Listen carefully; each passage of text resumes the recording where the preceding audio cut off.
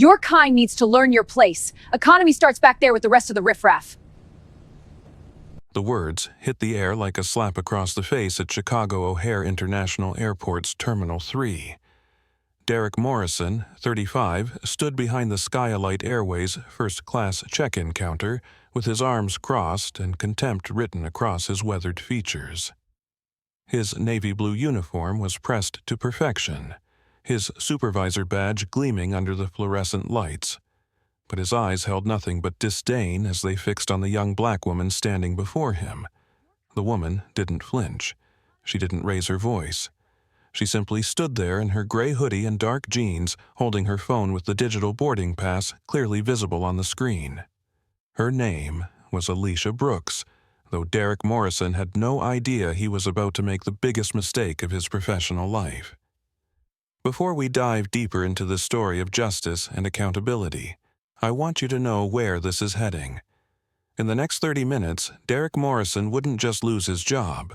He would lose his career, his reputation, and his future in the aviation industry, because the woman he just insulted owned the airline he worked for. But let's rewind to see exactly how this moment of truth began. It was 7:45 a.m. on a humid Tuesday morning in July. The terminal buzzed with the usual chaos of business travelers rushing to catch flights, families herding children through security lines, and the constant drone of departure announcements echoing through the cavernous space. Alicia Brooks walked through the automatic doors of Terminal 3 looking like any other passenger. Her gray hoodie was soft cashmere that cost more than Derek's monthly salary, but he couldn't tell the difference. Her dark jeans were designer, but they looked perfectly ordinary. Her white sneakers were limited edition, but to Derek's untrained eye, they were just another pair of shoes. What Derek didn't know was that Alicia was conducting an undercover assessment of her own company. 3 days ago, her board of directors at Meridian Holdings had presented her with troubling reports about SkyElite Airways, the airline they had acquired just 2 months prior. Customer complaints about discriminatory treatment were piling up. Social media was buzzing with stories of passengers being profiled, questioned, and humiliated. The previous management had dismissed these as isolated incidents, but Alicia didn't believe in isolated incidents when it came to human dignity. So she had devised a simple test. She would travel as an ordinary passenger, dressed down and unrecognizable, to see exactly how her employees treated customers who didn't fit their preconceived notions of who belonged in first class. The first-class check-in line was mercifully short. Only 3 people ahead of her, all dressed in expensive suits and carrying luxury luggage. Behind her, the economy line stretched back toward the terminal entrance like a river of tired humanity. Business executives checked their phones impatiently. Wealthy retirees adjusted their jewelry. And at the counter, Derek Morrison served each passenger with a smile that didn't quite reach his eyes but was professional enough to pass. When Alicia stepped forward, that smile vanished completely. Derek looked at her hoodie, then at her jeans, then back at her face with the kind of assessment that made assumptions based on appearance rather than reality. He didn't ask for her boarding pass. He didn't check her identification. He simply pointed toward the economy line with the casual cruelty of someone who had done this before. "Ma'am, the economy check-in is over there," he said, his voice carrying the false patience of someone explaining something obvious to someone he considered too stupid to understand. "This line is for first-class passengers only." Alicia remained perfectly still. Her voice was calm, steady, and carried the kind of quiet authority that came from years of boardroom negotiations and high-stakes decisions. "I have a first-class ticket," she said, holding up her phone. "Seat 1A. Derek glanced at the phone screen, but instead of scanning it, he let out a short, incredulous laugh. "Look, honey, I don't know how you got that ticket, but there's obviously been some kind of mistake. Maybe you purchased an upgrade that didn't go through, or maybe someone played a prank on you, but you can't just stand in this line because you want to." Behind the counter, Carlos Rivera, 24, a junior check-in agent with kind eyes and an uncomfortable expression, shifted nervously. He had been working at SkyElite for 8 months, and he had seen Derek handle situations like this before. It never sat right with him, but Derek was his supervisor and Carlos needed this job to support his family. Carlos said quietly, "Maybe we should just scan her boarding pass and see what the computer says." Derek shot him a look that could have melted steel. "Carlos, I've been doing this job for 12 years. I can spot a problem passenger from across the terminal. This woman is trying to scam her way into first class, and I'm not going to enable it." The words hung in the air like toxic smoke. Other passengers in line were beginning to notice. A businessman in a tailored suit checked his watch impatiently. An elderly woman with pearls and perfectly styled silver hair craned her neck to see what was causing the delay. And in the economy line, people were pulling out their phones. Sarah Martinez, a travel blogger from San Francisco, was standing about 20 feet away waiting for her turn at the economy counter when she heard Derek's raised voice. Something in his tone made her look up from her laptop. When she saw what was happening, she discreetly opened her camera app and started recording. Alicia took a deep breath. She had hoped it wouldn't come to this, but she wasn't surprised. "Sir, I would appreciate it if you would scan my boarding pass and verify my reservation instead of making assumptions about my ability to purchase a ticket." Derek's face flushed red. "I don't have to scan anything. I can look at you and see that you don't belong in first class. Your kind always tries to pull stunts like this, thinking you can sweet-talk your way into seats you can't afford. It's not happening on my watch." The terminal seemed to pause. The businessman behind Alicia stepped back slightly. The elderly woman's eyes widened. Carlos Rivera's face went pale, and Sarah Martinez zoomed in with her camera, capturing every word. That was when Alicia made a decision that would change everything. Instead of arguing, instead of demanding to speak to a manager, instead of making a scene, she simply pulled out a different phone. Not the phone with her boarding pass, but a secure device that connected directly to her legal team. She dialed a number from memory and waited. When the call connected, her voice remained perfectly calm. "This is Alicia Brooks. I'm at Chicago O'Hare Terminal 3 SkyElite check-in counter. Please initiate Protocol 7 for discriminatory treatment assessment. Full documentation and legal review authorized." Derek Morrison had no idea what Protocol 7 was, but something in Alicia's voice made him pause. The way she spoke wasn't the voice of someone trying to scam an upgrade. It was the voice of someone with authority. Real authority. "What's Protocol 7? Carlos whispered. Derek ignored him, focusing on Alicia with growing unease. "Who are you calling, some kind of complaint hotline? I'm not intimidated by threats, lady." Alicia ended the call and looked at Derek with the kind of steady gaze that had closed billion-dollar deals and launched international expansion plans. "I wasn't making threats, Mr. Morrison. I was documenting evidence of why you're about to lose your job." The words were spoken so quietly that Derek had to lean forward to hear them. But they hit him like a physical blow. There was something in her tone, something in the way she said his name, even though he hadn't introduced himself, something in the confidence with which she spoke that made his stomach clench with the first flutter of real fear. "Are you recording this?" he demanded, looking around at the growing crowd of passengers who had stopped to watch the confrontation. "I don't need to," Alicia replied. "Security cameras are recording everything. Your computer system is logging this interaction, and I suspect several passengers are already sharing this moment on social media." She was right. Sarah Martinez had switched to live streaming on Instagram. Her caption read, "Watching discrimination happen in real time at O'Hare. This is unacceptable." Already dozens of viewers were commenting and sharing the stream. Derek's supervisor confidence was beginning to crack.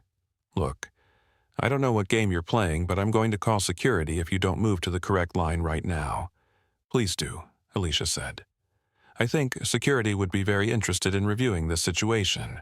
Carlos Rivera couldn't take it anymore. "Derek, just scan her boarding pass. What's the worst that could happen?" Derek glared at him, but the mounting pressure from the growing crowd of onlookers and the strange confidence of this woman in the hoodie was beginning to wear him down. With exaggerated reluctance, he grabbed the handheld scanner from his belt and pointed it at Alicia's phone screen.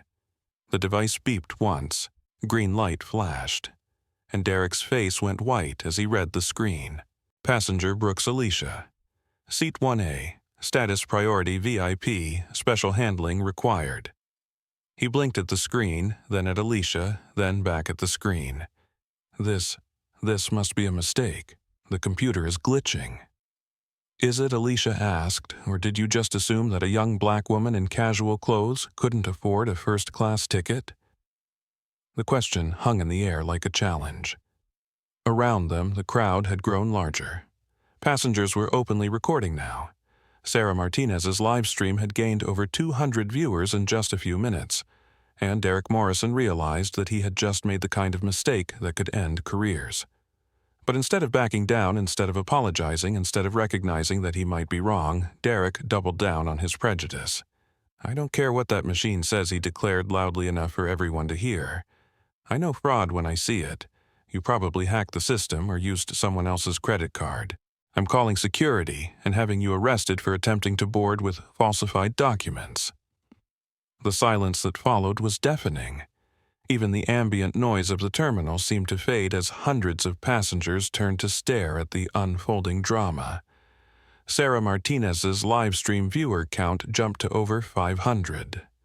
Comments were pouring in faster than she could read them, and Alicia Brooks stood perfectly still, watching Derek Morrison destroy his own life with every word. "Are you absolutely certain you want to make that call?" she asked quietly. "Lady, I've never been more certain of anything in my life." Derek reached for the phone at his station, dialing the 3-digit code for airport security. While he waited for the connection, Alicia made another call on her secure device. "Margaret," she said when the call connected, "it's happening exactly as we expected. The discrimination is not just cultural, it's deliberate and aggressive. I need you to prepare immediate termination paperwork for Chicago ground staff. Also, contact our legal team. We're going to need documentation of everything that happens in the next 10 minutes. Derek overheard part of the conversation, but the words didn't quite register. He was too focused on his call to security, too committed to his version of reality, where he was the hero protecting the integrity of first-class service from fraudulent passengers. "Security. This is Derek Morrison at SkyElite Check-in Terminal 3. I need officers to respond for a passenger attempting to board with falsified credentials. Possible identity theft and credit card fraud. Female, black, approximately 25, 30, wearing a gray hoodie and jeans." He hung up with a satisfied expression. "Security will be here in 3 minutes. I hope whatever scam you're running was worth it because you're about to be arrested." Alicia looked at him with something that might have been pity. "Mr. Morrison, in your 12 years of working for this airline, how many black passengers have you accused of fraud?" The question caught him off guard. What does that have to do with anything? Answer the question. "How many?" Derek's face flushed again. "I don't keep track of race. I just know fraud when I see it. And how often do you demand verification from white passengers with first-class tickets?" That's different. How Derek opened his mouth, then closed it. Around him, the crowd was listening to every word. Sarah Martinez had turned her phone to capture his face as he struggled to answer. Carlos Rivera was staring at his supervisor with growing horror, finally understanding what kind of person he had been working for. "It's different because—" Derek started, then stopped. Because there was no good way to finish that sentence. There was no explanation that wouldn't reveal the prejudice that had driven every decision he'd made that morning. Airport security arrived just as Derek ran out of words.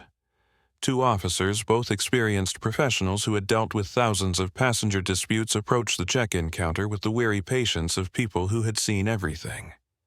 "What seems to be the problem here?" asked Officer Janet Thompson, a 10-year veteran of airport security, with steel gray hair and sharp eyes that missed nothing. Derek straightened up, his confidence returning now that backup had arrived. "This woman is attempting to board with fraudulent first-class credentials. I've verified that the ticket doesn't belong to her, and I suspect identity theft and credit card fraud." Officer Thompson looked at Alicia, taking in her calm demeanor and the way she stood without any of the nervous energy that usually accompanied people who were actually committing fraud. "Ma'am, can I see your identification and boarding pass?" Alicia handed over her driver's license and held up her phone with the digital boarding pass. Officer Thompson examined both carefully, then looked at Derek's computer screen where the verified reservation was still displayed. "Sir," she said to Derek, "according to your own system, this passenger is verified for seat 1A with special VIP handling." What exactly is fraudulent about this? Derek's mouth opened and closed like a fish out of water. But look at her. She doesn't look like what, sir? And there it was, the moment when Derek Morrison had to either admit his prejudice or find some other excuse for his behavior. He chose poorly. "She doesn't look like she can afford a first-class ticket," he said. "People like her don't fly first class unless something shady is going on." The words echoed through the terminal like a gunshot. Officer Thompson's expression hardened. Carlos Rivera buried his face in his hands. Sarah Martinez's live stream exploded with comments of outrage and disbelief. And Alicia Brooks looked at Derek Morrison with the calm certainty of someone who had just gotten exactly the evidence she needed. Officer Thompson Alicia said quietly, "I'd like to file a formal complaint for discrimination based on race and socioeconomic profiling." "Ma'am, you absolutely have that right." "Sir," she said to Derek, "I'm going to need you to step away from your station while we sort this out." But Derek wasn't done. Even faced with the evidence of his own prejudice, even confronted by security, and recorded by dozens of passengers, he couldn't let it go. "This is ridiculous," he shouted. "I was doing my job. I was protecting the integrity of our first-class service. People like her have been scamming airlines for years, and I'm not going to let it happen on my watch." The silence that followed was so complete that you could hear the hum of the air conditioning. Officer Thompson exchanged a look with her partner. Carlos Rivera slowly backed away from Derek as if he were radioactive. And Sarah Martinez's livestream viewer count hit 1000 as people shared the video across social media platforms. Alicia's phone rang. She answered it calmly. "Yes, Margaret. Yes, I heard every word. Yes, proceed with immediate termination. And Margaret, make sure legal knows that he just doubled down on his discrimination in front of witnesses and security cameras." She ended the call and looked at Derek with the same calm expression she'd maintained throughout the entire confrontation. "Mr. Morrison, you've just provided us with a perfect case study in why some people shouldn't work in customer service." Derek's bravado was finally beginning to crack. Something about the way she spoke, something about the phone call she'd just made, something about the confidence with which she handled the situation was starting to penetrate his prejudice-clouded judgment. Who are you?" he asked. Alicia smiled for the first time since the confrontation began. It wasn't a cruel smile or a triumphant smile. It was the smile of someone who was about to teach a very important lesson. Someone who believes that every passenger deserves to be treated with dignity and respect, regardless of how they're dressed or what they look like. Someone who thinks that judging people by their appearance rather than their character is not just wrong, it's expensive. She paused, letting the words sink in. And someone who has the authority to make sure that people who can't understand that simple concept find other lines of work. The SkyElite first-class lounge was a sanctuary of marble floors, leather seating, and soft jazz that promised refuge from the chaos of the main terminal. After the confrontation at check-in, Alicia needed a few minutes to process what had just happened and prepare for the flight ahead. She also needed to make some calls. Elena Vasquez, the lounge manager, greeted her with genuine professionalism. At 29, Elena had worked her way up from a customer service agent to management through hard work and a genuine commitment to hospitality. She scanned Alicia's boarding pass without a second glance and smiled warmly. "Welcome to the SkyElite Lounge, Miss Brooks. We have fresh sushi at the dining station, a selection of premium wines, and private shower facilities if you'd like to refresh before your flight. Is there anything specific I can help you with today, finally?" Alicia thought. Someone doing their job the right way. "Just a quiet corner and some sparkling water, please. Thank you for the warm welcome." Elena led her to a secluded seating area near the windows overlooking the tarmac. Alicia settled into a leather chair and pulled out her secure tablet. She had work to do. The tablet wasn't a standard iPad. It was a heavily modified device used by Meridian Holdings executives for sensitive corporate communications. Encrypted, secure, and connected to servers that could access any system within their corporate network, including SkyElite Airways' complete personnel files, customer service records, and incident reports. Alicia opened a new report and began typing Subject Ground Staff Assessment, Chicago O'Hare Terminal 3, Employee Derek Morrison Check-in Supervisor Incident, Racial Profiling, Customer Harassment, False Accusations. Recommendation: Immediate termination. Additional notes: Employee doubled down on discriminatory behavior when confronted by security, showing complete lack of awareness or remorse. She saved the file and opened another. Derek Morrison's employment record appeared on screen. 12 years with various airlines, most recently 18 months with SkyElite. Customer complaints in his file dating back 3 years. Complaints that followed a pattern she recognized all too well. A black family from Atlanta delayed for additional verification. A Hispanic businessman questioned about his ability to afford his ticket. An elderly Asian woman subjected to extra security screening that other passengers were not required to undergo. All complaints filed. All complaints marked as unsubstantiated and resolved through counseling. Counseling that clearly hadn't worked. Her phone buzzed with a text from Margaret Collins. Her chief legal officer, Derek Morrison, has been placed on immediate suspension pending investigation. Carlos Rivera has been moved to different shift to avoid retaliation. Legal team standing by for full documentation review. Good. But Derek was just the beginning. If the ground staff were this comfortable with their prejudice, she could only imagine what was waiting for her on the actual flight. Elena Vasquez approached with a crystal glass of sparkling water and a small plate of artisanal nuts. "Is there anything else you need, Miss Brooks? You seem to be working hard." Alicia looked up from her tablet. Elena's concern seemed genuine, her service professional but not obsequious, a stark contrast to the treatment she'd received at check-in. "Elena, can I ask you something in your experience working for SkyElite? How consistent is the service quality across different departments?" Elena paused, clearly choosing her words carefully. "Every department has its challenges, ma'am. Some staff members are more committed to our service standards than others. Have you ever witnessed or heard about passengers being treated poorly because of their race or appearance?"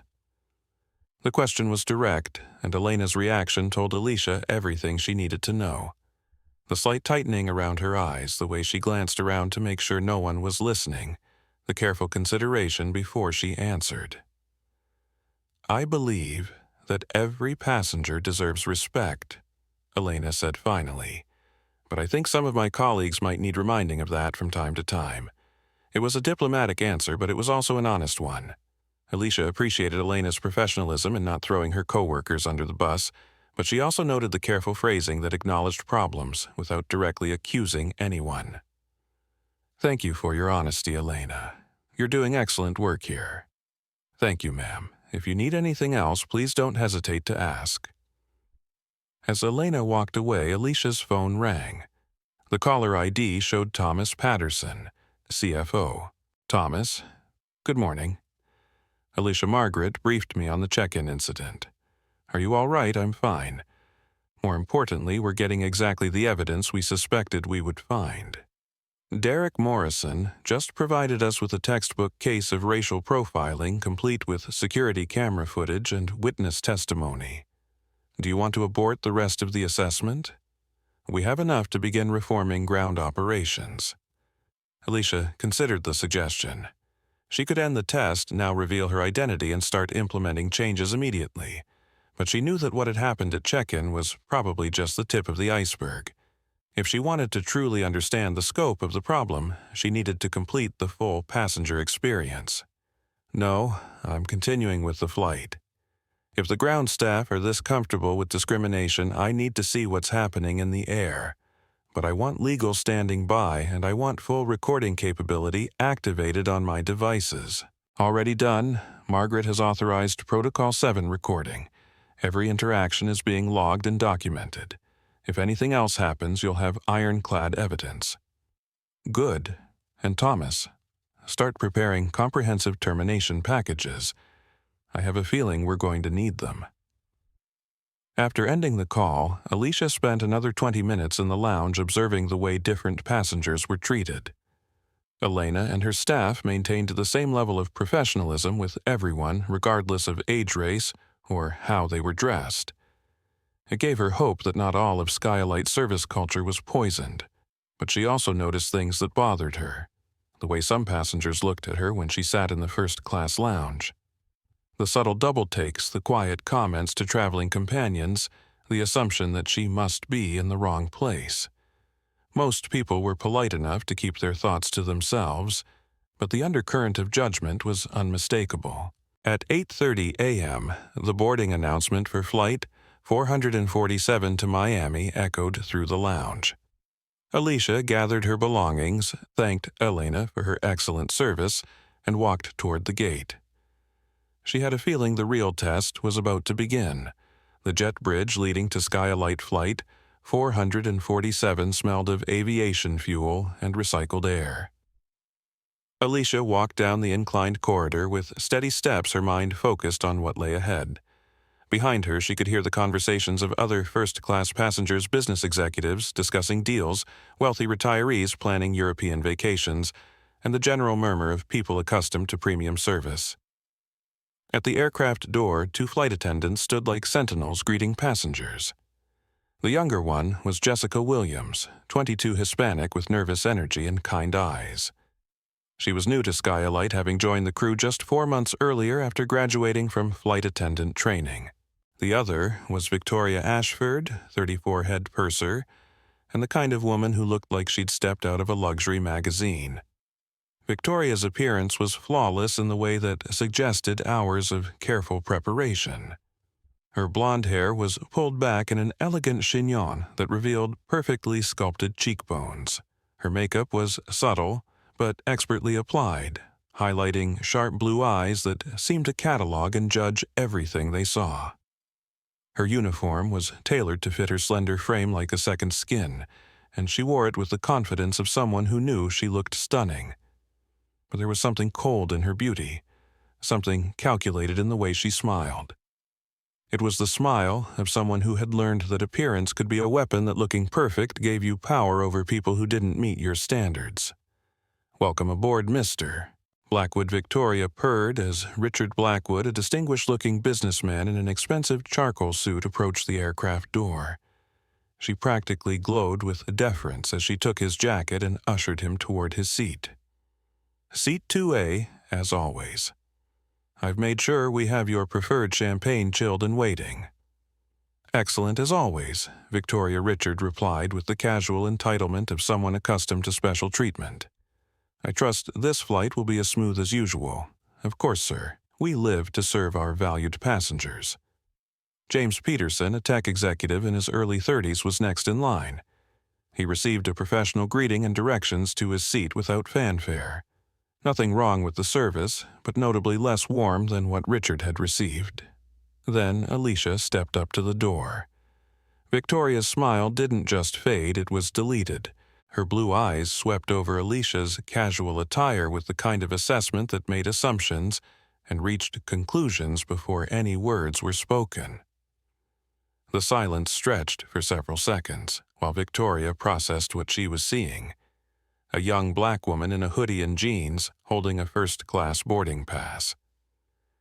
"Excuse me," Victoria said finally, her voice carrying the false patience of someone explaining something obvious to someone she considered intellectually deficient. "First class is at the front of the aircraft. You'll want to continue to the back for economy seating." Jessica Williams, standing beside Victoria, shifted uncomfortably.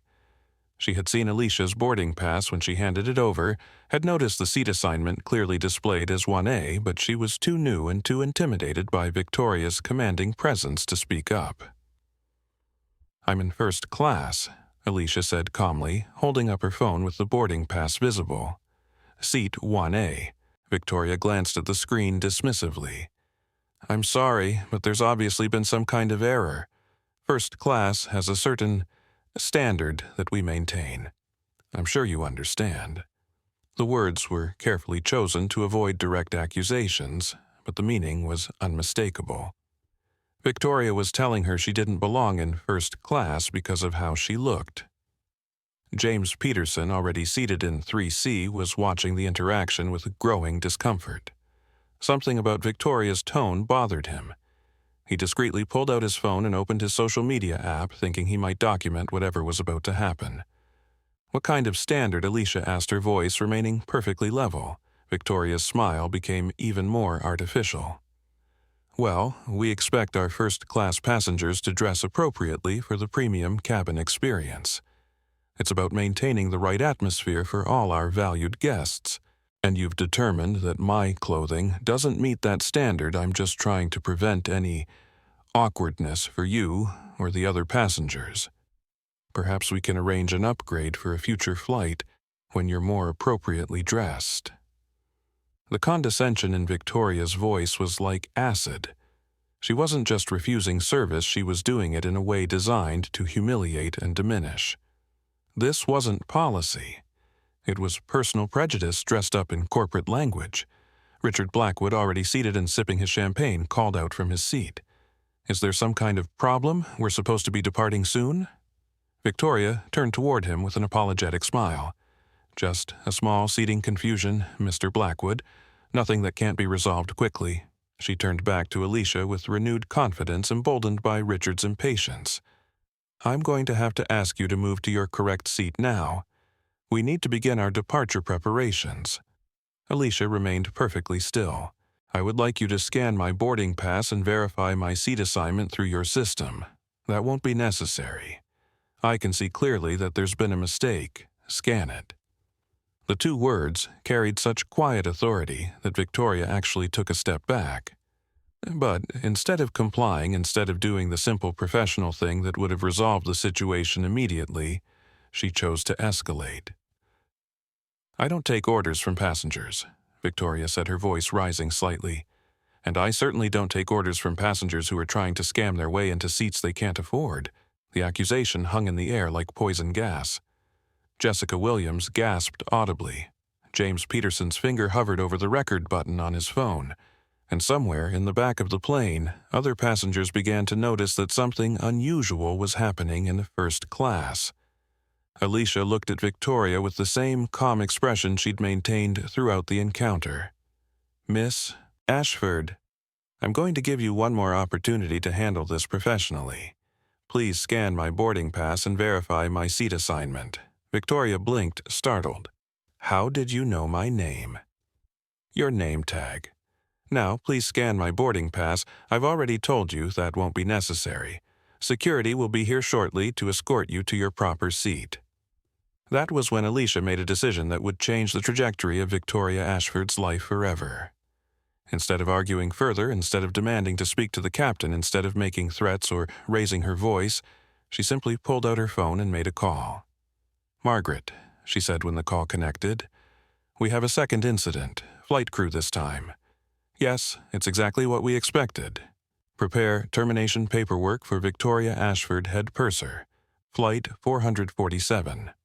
Also, prepare documentation for a formal discrimination complaint with the FAA." Victoria's face went white. Something about the way Alicia spoke, something about the professional nature of the call, something about the confidence in her voice suggested that this wasn't a passenger making empty threats. "Who were you calling?" Victoria demanded. Alicia ended the call and looked at her with the same steady gaze that had unnerved Derek Morrison at check-in. "Someone who has the authority to ensure that discrimination doesn't happen on SkyElite flights. You're lying. You're just trying to intimidate me because I caught you trying to steal a first-class seat." James Peterson couldn't take it anymore. He pressed record and started live streaming on Instagram. "This is unbelievable," he muttered into his phone. "Flight attendant is refusing to let a passenger board because of how she's dressed." The live stream immediately began gaining viewers. Comments started pouring in as people shared the video, and somewhere in the back of the plane, other passengers were pulling out their phones to record the confrontation. Victoria noticed the phones and felt a flutter of panic. But instead of backing down, instead of reconsidering her position, instead of simply scanning the boarding pass like any reasonable person would do, She doubled down on her prejudice. "Turn those cameras off immediately," she demanded. "This is a security issue and I won't have it recorded." "Actually," Alicia said quietly, "I think transparency is exactly what we need right now." Her phone rang. She answered it calmly. "Yes, Thomas. Yes, I can hear everything. Yes, she just called it a security issue and demanded that witnesses stop recording. Please make sure legal has all of this documented." She ended the call and looked at Victoria with something that might have been pity. "Miss Ashford, you're about to learn a very expensive lesson about the difference between authority and prejudice." But Victoria Ashford wasn't done. She was beautiful, she was powerful in her domain, and she had never been challenged by someone she considered beneath her station. The idea that this woman in casual clothes could threaten her position was absurd. So she made the decision that would end her career. "Security to first class immediately," she announced over the aircraft intercom. "We have a passenger attempting to board with fraudulent credentials, possible identity theft and credit card fraud." The announcement echoed through the cabin, ensuring that every passenger on the flight would witness what came next. James Peterson's live stream viewer count jumped to over 500. Comments were exploding across the screen, and Alicia Brooks stood perfectly calm watching Victoria Ashford destroy her own future one word at a time. The aircraft cabin fell into an uncomfortable silence after Victoria's announcement. Every passenger within earshot turned to stare at the unfolding drama in first class. The hum of the air conditioning seemed louder somehow, and even the usual bustle of passengers settling into their seats paused as people tried to understand what they were witnessing.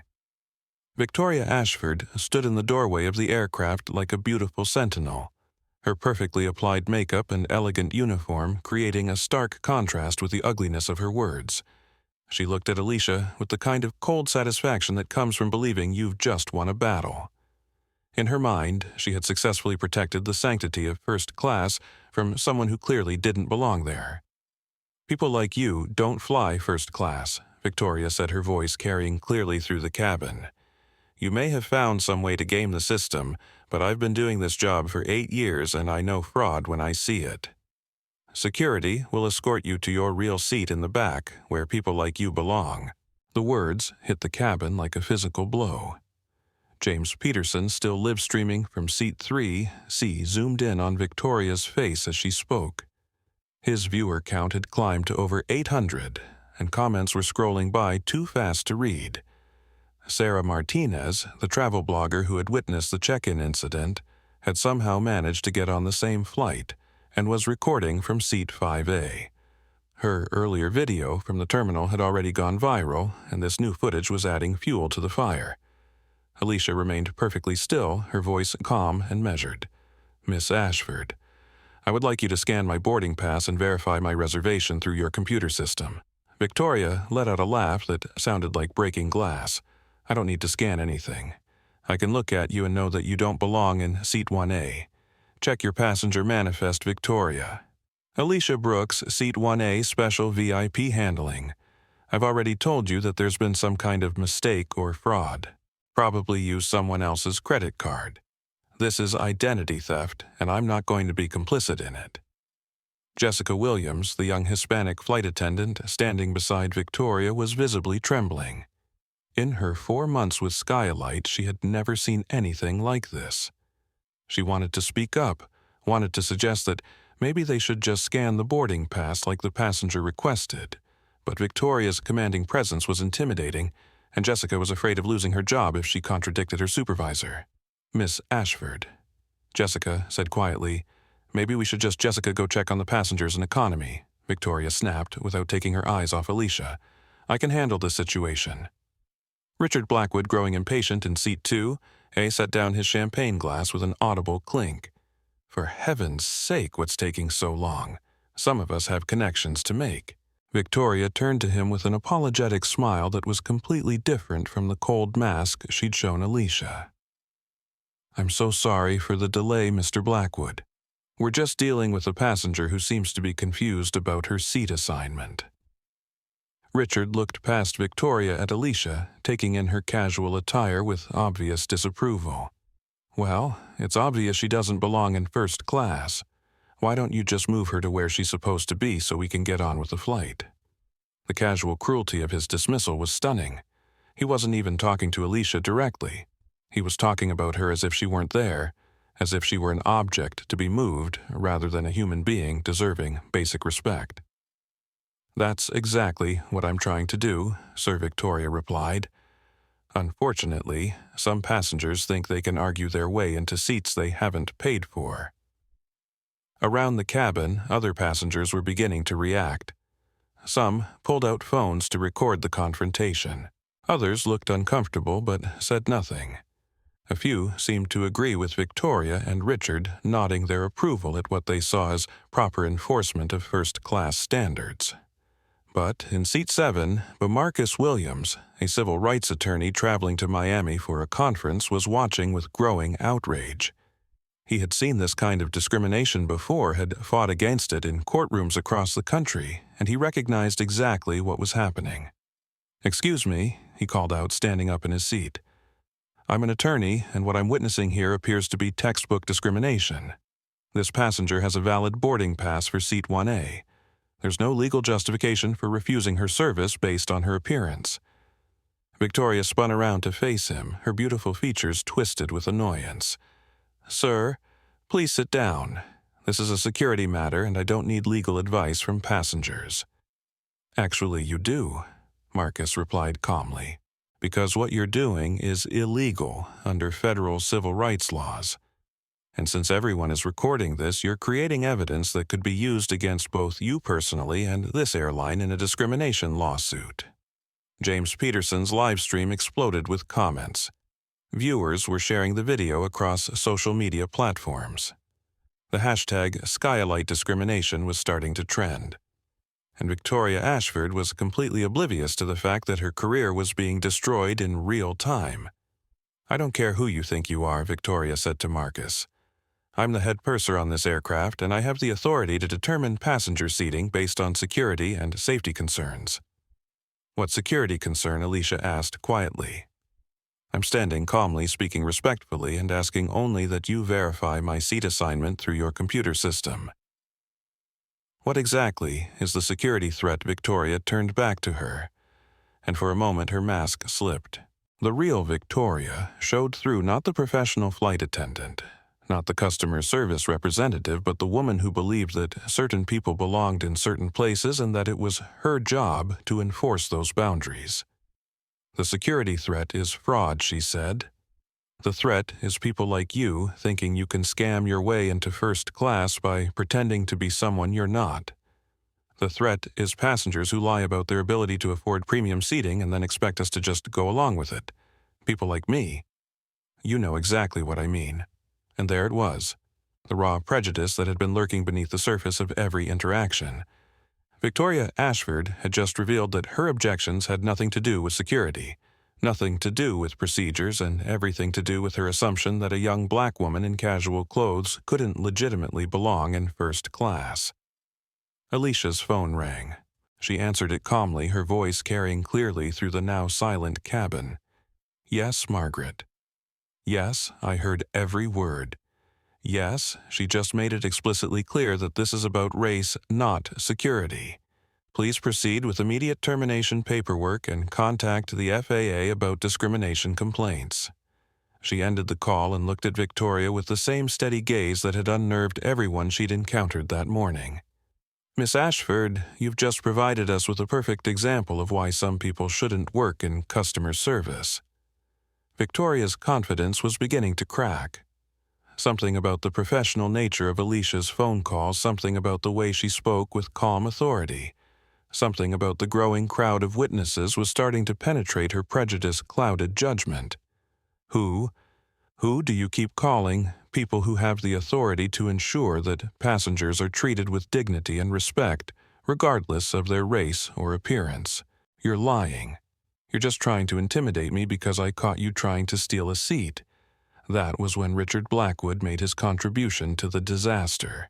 Standing up in his seat and turning to face the cabin full of recording passengers, he declared in a voice loud enough for everyone to hear, "This is exactly what's wrong with air travel today. People who can't afford first class trying to sneak in through some kind of scam and then crying discrimination when they get caught. I fly this route every month, and I know what a real first-class passenger looks like. He gestured toward Alicia with obvious disdain. Look at her. Does she look like she can afford a $2,000 ticket? That jewelry is probably fake, those clothes are clearly cheap, and she's probably hoping to get an upgrade by making a scene. The silence that followed was deafening. Even Victoria looked uncomfortable with Richard's naked prejudice. Marcus Williams was standing again, his lawyer's mind already cataloging the evidence for future legal proceedings. And Alicia Brooks stood perfectly calm in the center of the storm, watching her employees and passenger destroy their own lives with every word. James Peterson's live stream had gained over 500 viewers. Comments were pouring in from people expressing outrage, disbelief, and support for the passenger being discriminated against. The hashtag SkyElite discrimination was trending nationally. News outlets were beginning to pick up the story, and none of the people involved in creating this disaster had any idea that they were about to become infamous. Mr. Blackwood, Alicia said quietly, "You've just made some very interesting assumptions about my financial status based on my appearance." "Would you care to explain the logic behind those assumptions?" Richard puffed up with the confidence of someone who had never been challenged about his prejudices. Logic. It's obvious. People who can afford first class dress appropriately and conduct themselves with proper decorum. They don't try to sneak into premium cabins wearing hoodies and sneakers. And you've determined that my clothing indicates I can't afford this ticket, lady. That hoodie probably cost $20 at Target. Those jeans look like something a college student would wear. And those sneakers are definitely not the kind of footwear you'd expect from someone with money. What Richard didn't know was that Alicia's hoodie was hand-woven cashmere from a boutique Italian designer that cost more than his monthly salary. Her jeans were from a luxury denim company that celebrities wore on red carpets. And her sneakers were limited edition collector's items that sold for more than most people spent on their cars. But, more importantly, what Richard didn't know was that it didn't matter. Even if her clothes had come from discount stores, even if she had dressed in the cheapest possible attire, she still deserved to be treated with dignity and respect. The price of someone's clothing had nothing to do with their worth as a human being, or their right to customer service. "So you believe that a person's clothing determines their value?" Alicia asked. "I believe that people should dress appropriately for the situation they're in. First class is a premium experience, and it should be reserved for people who understand and appreciate that experience. And you've determined that I don't understand or appreciate premium service based on my appearance." Richard was digging himself deeper with every word, but he was too blinded by his own arrogance to realize it. "Look, I'm not trying to be mean, but facts are facts. You don't look like you belong here, you don't act like you belong here, and frankly, you probably don't belong here." Victoria nodded her agreement, emboldened by Richard's support. "Exactly.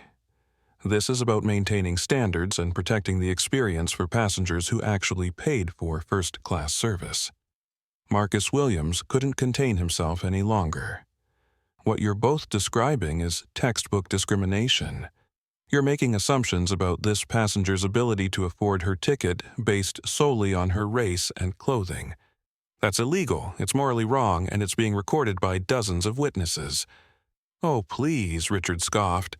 "Everything is discrimination these days. Sometimes a scam is just a scam, and sometimes people need to be called out for trying to get something they haven't earned.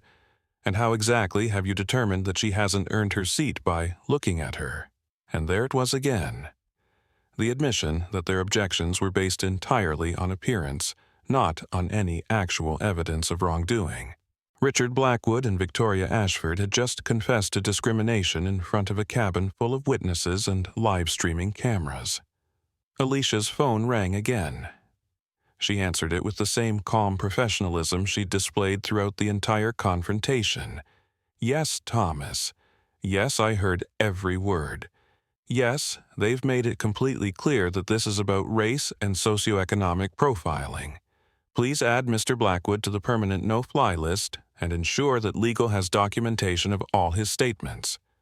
She ended the call and looked at Richard with the same steady gaze that had unnerved everyone else. Mr. Blackwood, you've just provided us with an excellent example of how prejudice can destroy someone's life in real time. Richard's face was beginning to turn red. Are you threatening me because I don't respond well to threats from people trying to scam their way into first class? I'm not threatening anyone. I'm simply documenting evidence of discrimination for future legal proceedings. Legal proceedings, you're going to sue because a flight attendant caught you trying to steal a seat. I'm going to ensure that passengers are treated with dignity and respect, regardless of their appearance or race. Victoria was getting nervous. The phones, the calls, the calm confidence with which this passenger was handling the situation, none of it matched her assumptions about someone trying to scam their way into first class. Real fraudsters usually became defensive when challenged. They made excuses, got angry, or tried to leave quickly. They didn't calmly make professional phone calls and speak about legal proceedings with the confidence of someone who actually had legal resources. Look, Victoria said, her voice beginning to waver. Maybe there's been a misunderstanding. Why don't you just show me some identification and we can sort this out quietly? But it was too late for quiet resolution. Richard Blackwood wasn't done talking, and every word that came out of his mouth was digging the hole deeper for all of them. Identification, he laughed. She probably has fake ID to go with the fake boarding pass. I've seen this scam before. These people get someone's credit card information, book a ticket, print a boarding pass, and hope to bluff their way into a seat they can't afford. These people— Marcus Williams stood up again, his voice sharp with indignation. What exactly do you mean by these people, Mr. Blackwood?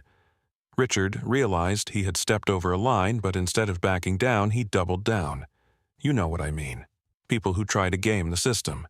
People who think rules don't apply to them. People who cry discrimination every time someone calls them out on their behavior. People who are black— You mean I didn't say anything about race? You're the one making this about race. Then, what did you mean by these people? Richard's mouth opened and closed as he struggled to find an answer that wouldn't sound overtly racist. But there was no good answer because his entire argument was based on racial prejudice thinly disguised as concern about airline security. Around the cabin, passengers were recording every word. The live streams were being shared across social media platforms. News outlets were beginning to reach out to passengers for comments. And somewhere in corporate offices across the country, executives were watching their reputations being destroyed in real time. Alicia waited patiently for Richard to find his words, knowing that anything he said would only make things worse for him. She had dealt with men like Richard Blackwood before, men who believed their wealth and status gave them the right to treat other people as inferior men who used coded language to express prejudice they were too cowardly to state directly. I meant, Richard said finally, people who don't belong in first class trying to get into first class through dishonest means. And you've determined that she doesn't belong in first class, and by using my eyes and my common sense. To assess what exactly? To assess whether someone looks like they can afford a $2,000 ticket. And there was the confession that would end his social and professional life. Richard Blackwood had just admitted in front of dozens of witnesses and live streaming cameras that he judged people's financial status and worthiness based on their appearance.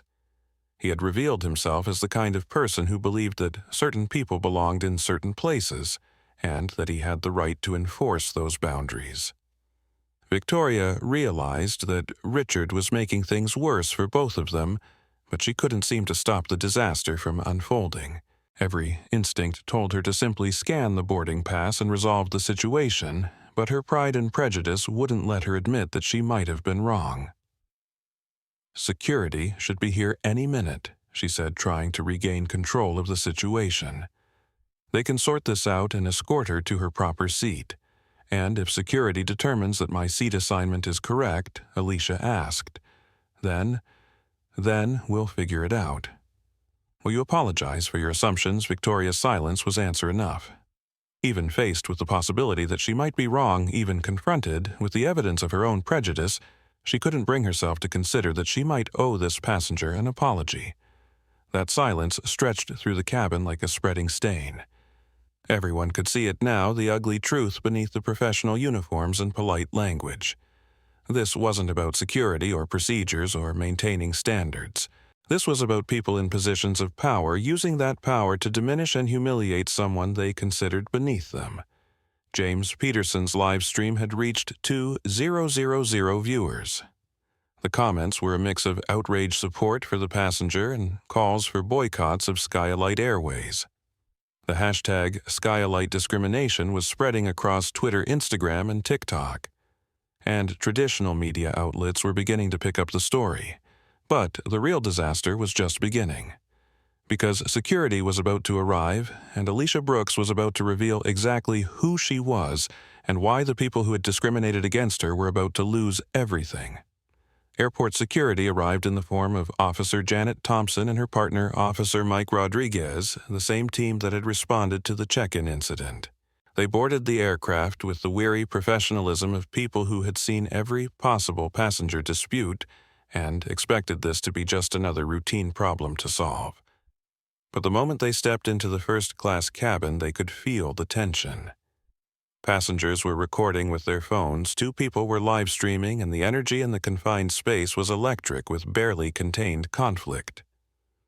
"What seems to be the problem here?" Officer Thompson asked, looking between Victoria and Alicia with the neutral expression of someone determined to get facts before making judgments.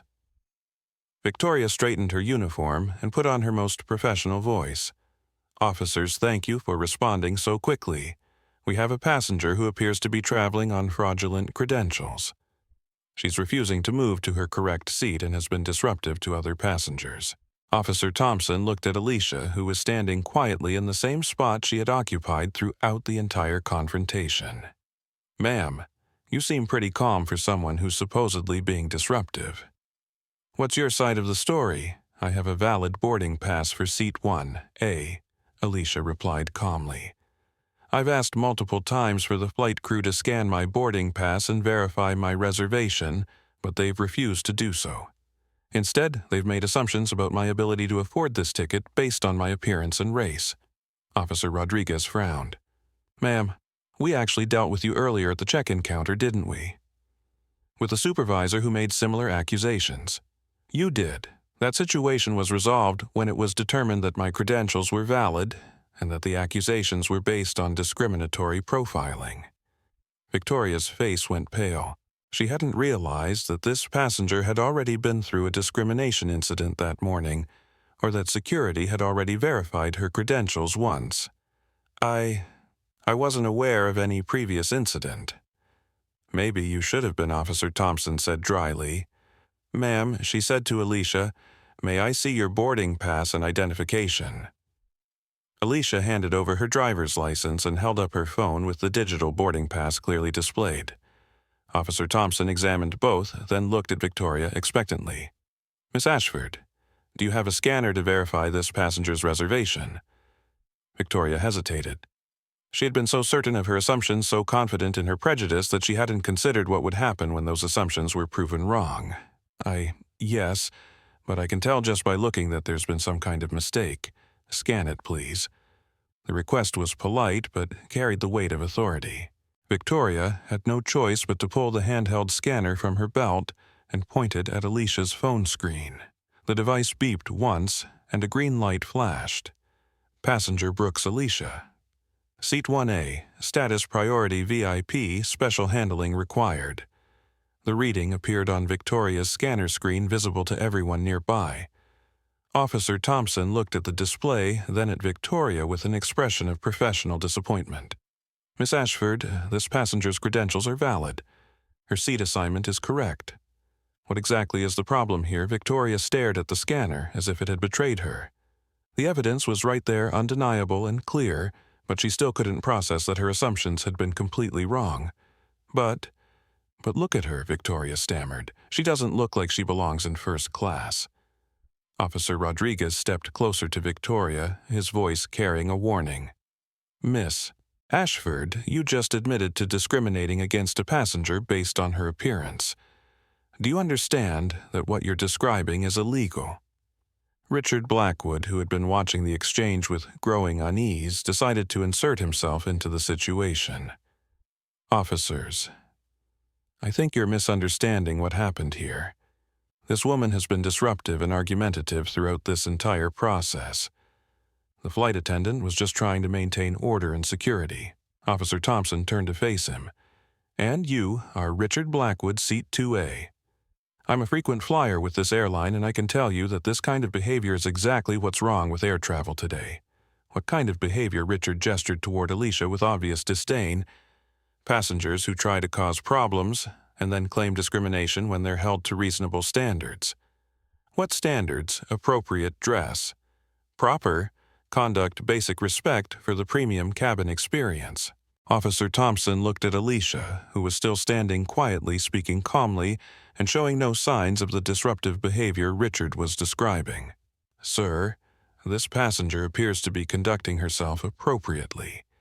She's spoken respectfully, complied with requests for identification, and hasn't raised her voice or caused any kind of disturbance. Well, she's being argumentative about her seat assignment. Her seat assignment that we've just verified as correct. Richard's mouth opened and closed as he realized he had just undermined his own argument. But instead of backing down, instead of recognizing that he might be wrong, he doubled down on his prejudice. Look, I don't care what that computer says. I've been flying first class for 20 years, and I know what a first-class passenger looks like. She doesn't belong here, and everyone can see it. The words hung in the air like toxic smoke. Around the cabin, passengers were recording every word. James Peterson's live stream had gained over 3,000 viewers. Comments were exploding across social media platforms, and Richard Blackwood was destroying his own reputation one sentence at a time. Marcus Williams stood up again from his seat in economy. Officer, I'm an attorney, and I want to state for the record that what we're witnessing is clear-cut discrimination. This passenger has been subjected to different treatment based solely on her race and appearance. Stay out of this, Richard snapped. This is between the flight crew and a passenger who's trying to scam her way into first class. Actually, Sir Officer Thompson interjected. This is a legal matter now. Federal law prohibits discrimination in air travel based on race, and we have multiple witnesses documenting exactly that kind of discrimination. Victoria was beginning to panic.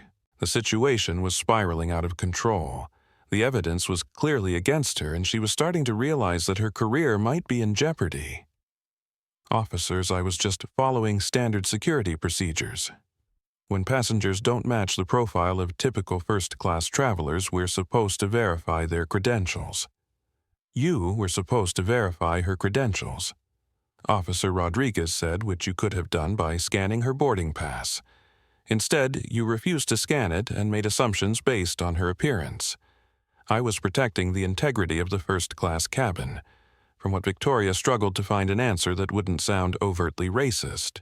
From inappropriate passengers who might disrupt the experience for other travelers.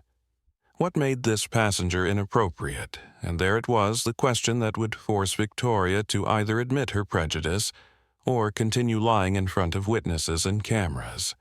She chose poorly. She's dressed inappropriately. She doesn't act like she understands first-class etiquette.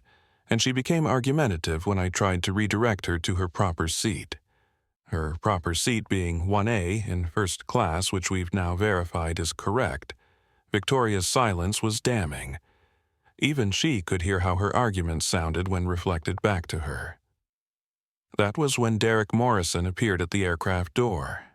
The check-in supervisor, who had been suspended pending investigation, had somehow talked his way past security and made his way to the plane, apparently determined to support Victoria's accusations. Officers. I'm glad you're here, Derek said breathlessly as he boarded the aircraft. I tried to warn you about this passenger at check-in. She's been running some kind of scam all morning, trying to use fraudulent credentials to access services she hasn't paid for. Officer Thompson turned to face him with obvious exasperation. Mr.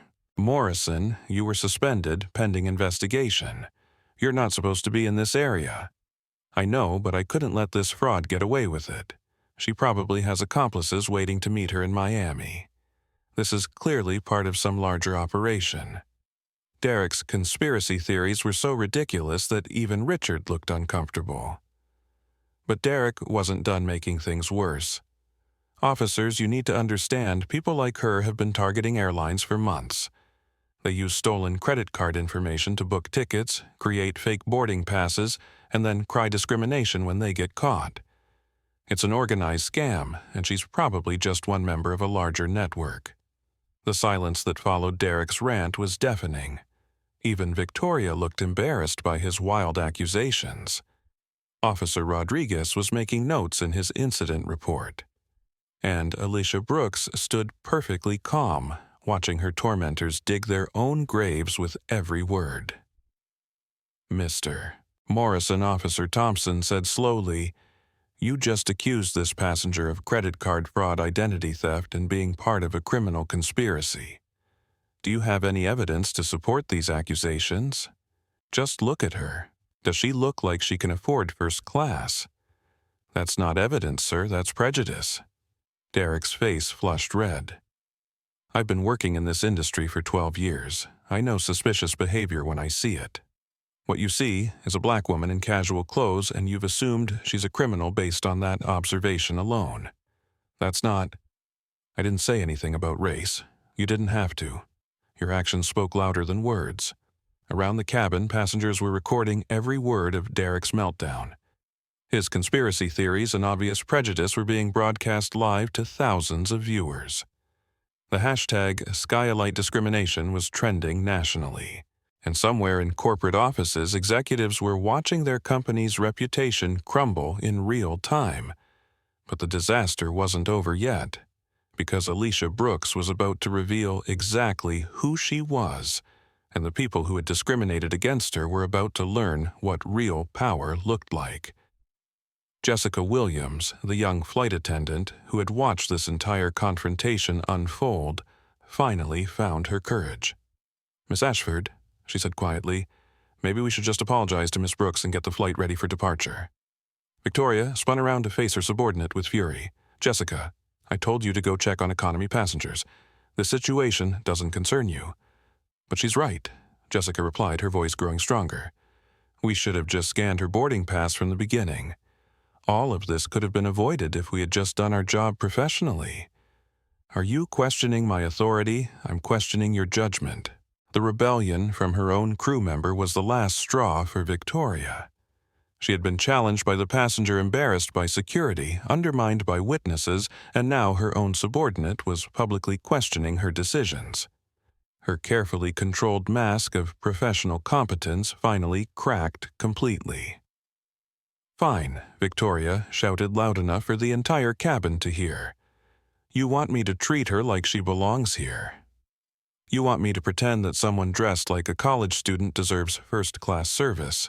You want me to ignore everything I know about proper standards and customer profiling." The words echoed through the cabin like a confession. Victoria had just admitted to profiling customers based on appearance. She had revealed the ugly prejudice that had driven every decision she'd made that morning, and she had done it in front of dozens of witnesses and live-streaming cameras. Officer Thompson was already reaching for her handcuffs. "Miss Ashford, you just confessed to discriminating against passengers based on their appearance and race. You're under arrest for violating federal civil rights laws." But before she could move, Alicia's phone rang. She answered it calmly, her voice carrying clearly through the now silent cabin. "Yes, Margaret. Yes, I heard every word of their confessions. Yes, Victoria Ashford just admitted to customer profiling based on race and appearance. Yes, Derek Morrison just accused me of being part of a criminal conspiracy. And yes, Richard Blackwood has made multiple statements confirming that his objections are based solely on my appearance." She paused, listening to the voice on the other end of the call. "Please proceed with immediate termination paperwork for both airline employees. Please prepare a permanent no-fly ban for Mr. Blackwood. And please contact the FBI about potential civil rights violations." She ended the call and looked at the three people who had spent the last hour trying to humiliate and diminish her. Her voice remained perfectly calm, but now it carried the unmistakable weight of authority. "My name is Alicia Brooks. I am the Chief Executive Officer of Meridian Holdings, the parent company that acquired SkyElite Airways 2 months ago. As of this morning, I own this airline, this aircraft, and your employment contracts." The silence that followed was so complete that you could hear the hum of the aircraft's electrical systems. Victoria's face went white as bone. Derek stumbled backward as if he'd been hit. Richard's mouth fell open in shock, and around the cabin passengers were recording the moment when prejudice met its reckoning. "Miss Ashford, you're fired. Mr. Morrison, you're fired. Mr. Blackwood, you're banned from flying with any Meridian Holdings subsidiary for life. And all three of you are about to become the subject of federal civil rights investigations." The revelation hit the cabin like an earthquake. Everything that had seemed fixed and certain was suddenly overturned. The power dynamics that had driven the entire confrontation were revealed to be based on false assumptions and toxic prejudice. The people who thought they held all the cards were about to lose everything. And Alicia Brooks, the woman they had dismissed and humiliated based on her appearance, was revealed to be the most powerful person in the entire situation. The live streams exploded with comments. Social media erupted with shares and reactions. News outlets began reaching out for interviews. And somewhere in the depths of the internet, the story of how prejudice destroyed 3 lives in real time was becoming legend. But the confrontation wasn't over yet, because the people who had spent an hour attacking Alicia Brooks were about to learn that actions have consequences, and that in the modern world, those consequences can be swift, public, and permanent.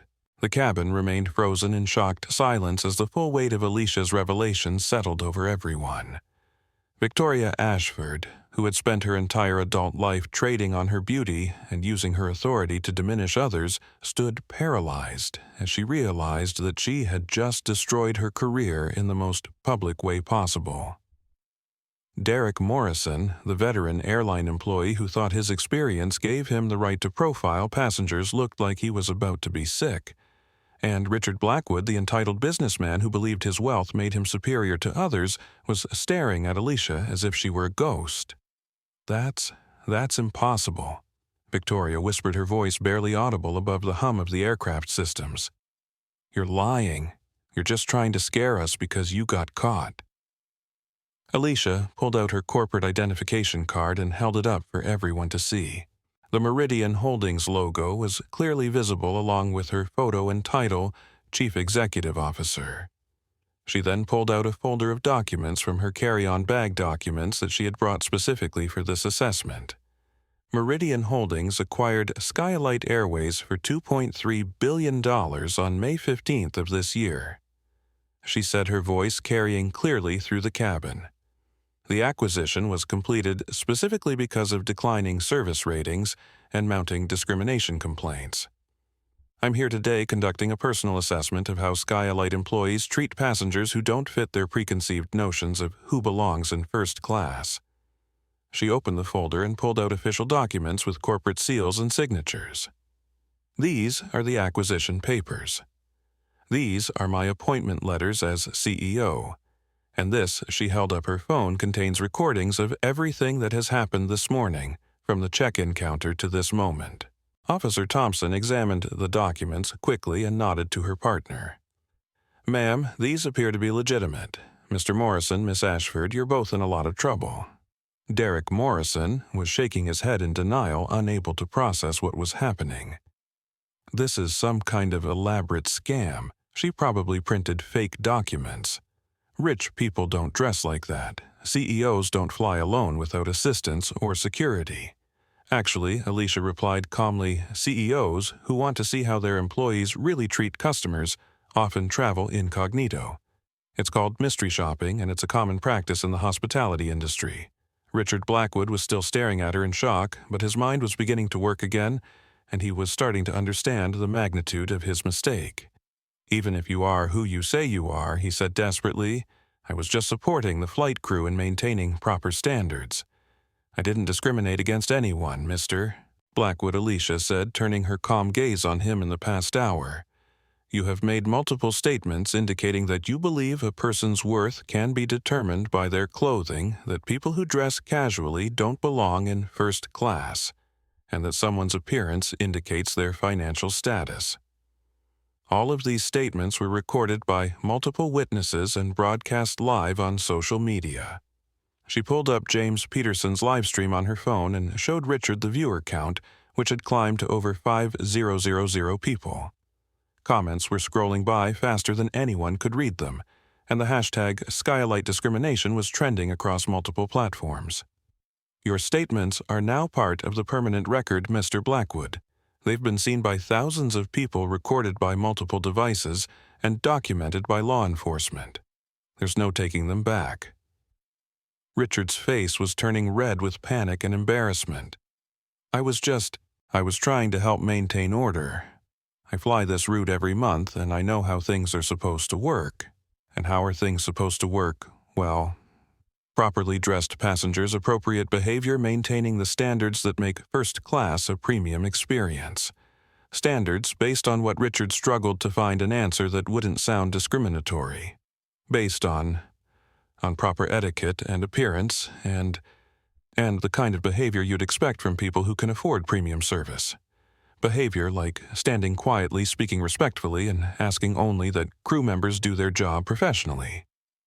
That's not what I meant. What did you mean? Richard realized he was trapped.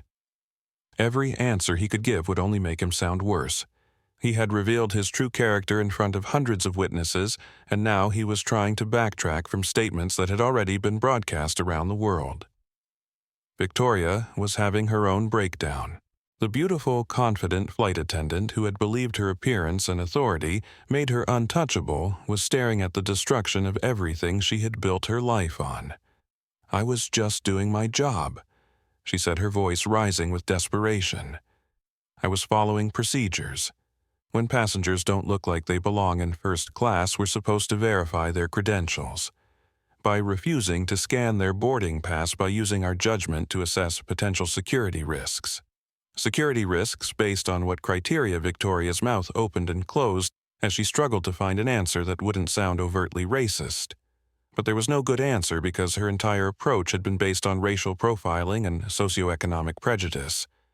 Based on experience and training and professional judgment about passenger behavior patterns. Passenger behavior patterns that correlate with people who don't typically fly first class, and you determine who typically flies first class, how Victoria was trapped in the same logical cage that had caught Richard. Every answer she could give would only confirm that her decisions had been based on prejudice rather than legitimate security concerns. Derek Morrison was still trying to convince himself that this was all an elaborate hoax. Look, even if you are some kind of executive, that doesn't change the fact that you were acting suspiciously. You refused to provide proper identification, you became argumentative when questioned, and you tried to intimidate staff with threats about legal action. Mr. Morrison, Officer Thompson interjected. I was present for most of these interactions. This passenger provided identification when requested, remained calm throughout multiple confrontations, and only mentioned legal action after being subjected to discrimination. But she was dressed inappropriately for first class. According to what dress code? Derek gestured wildly at Alicia's casual attire. Look at her hoodies and jeans in first class. Come on.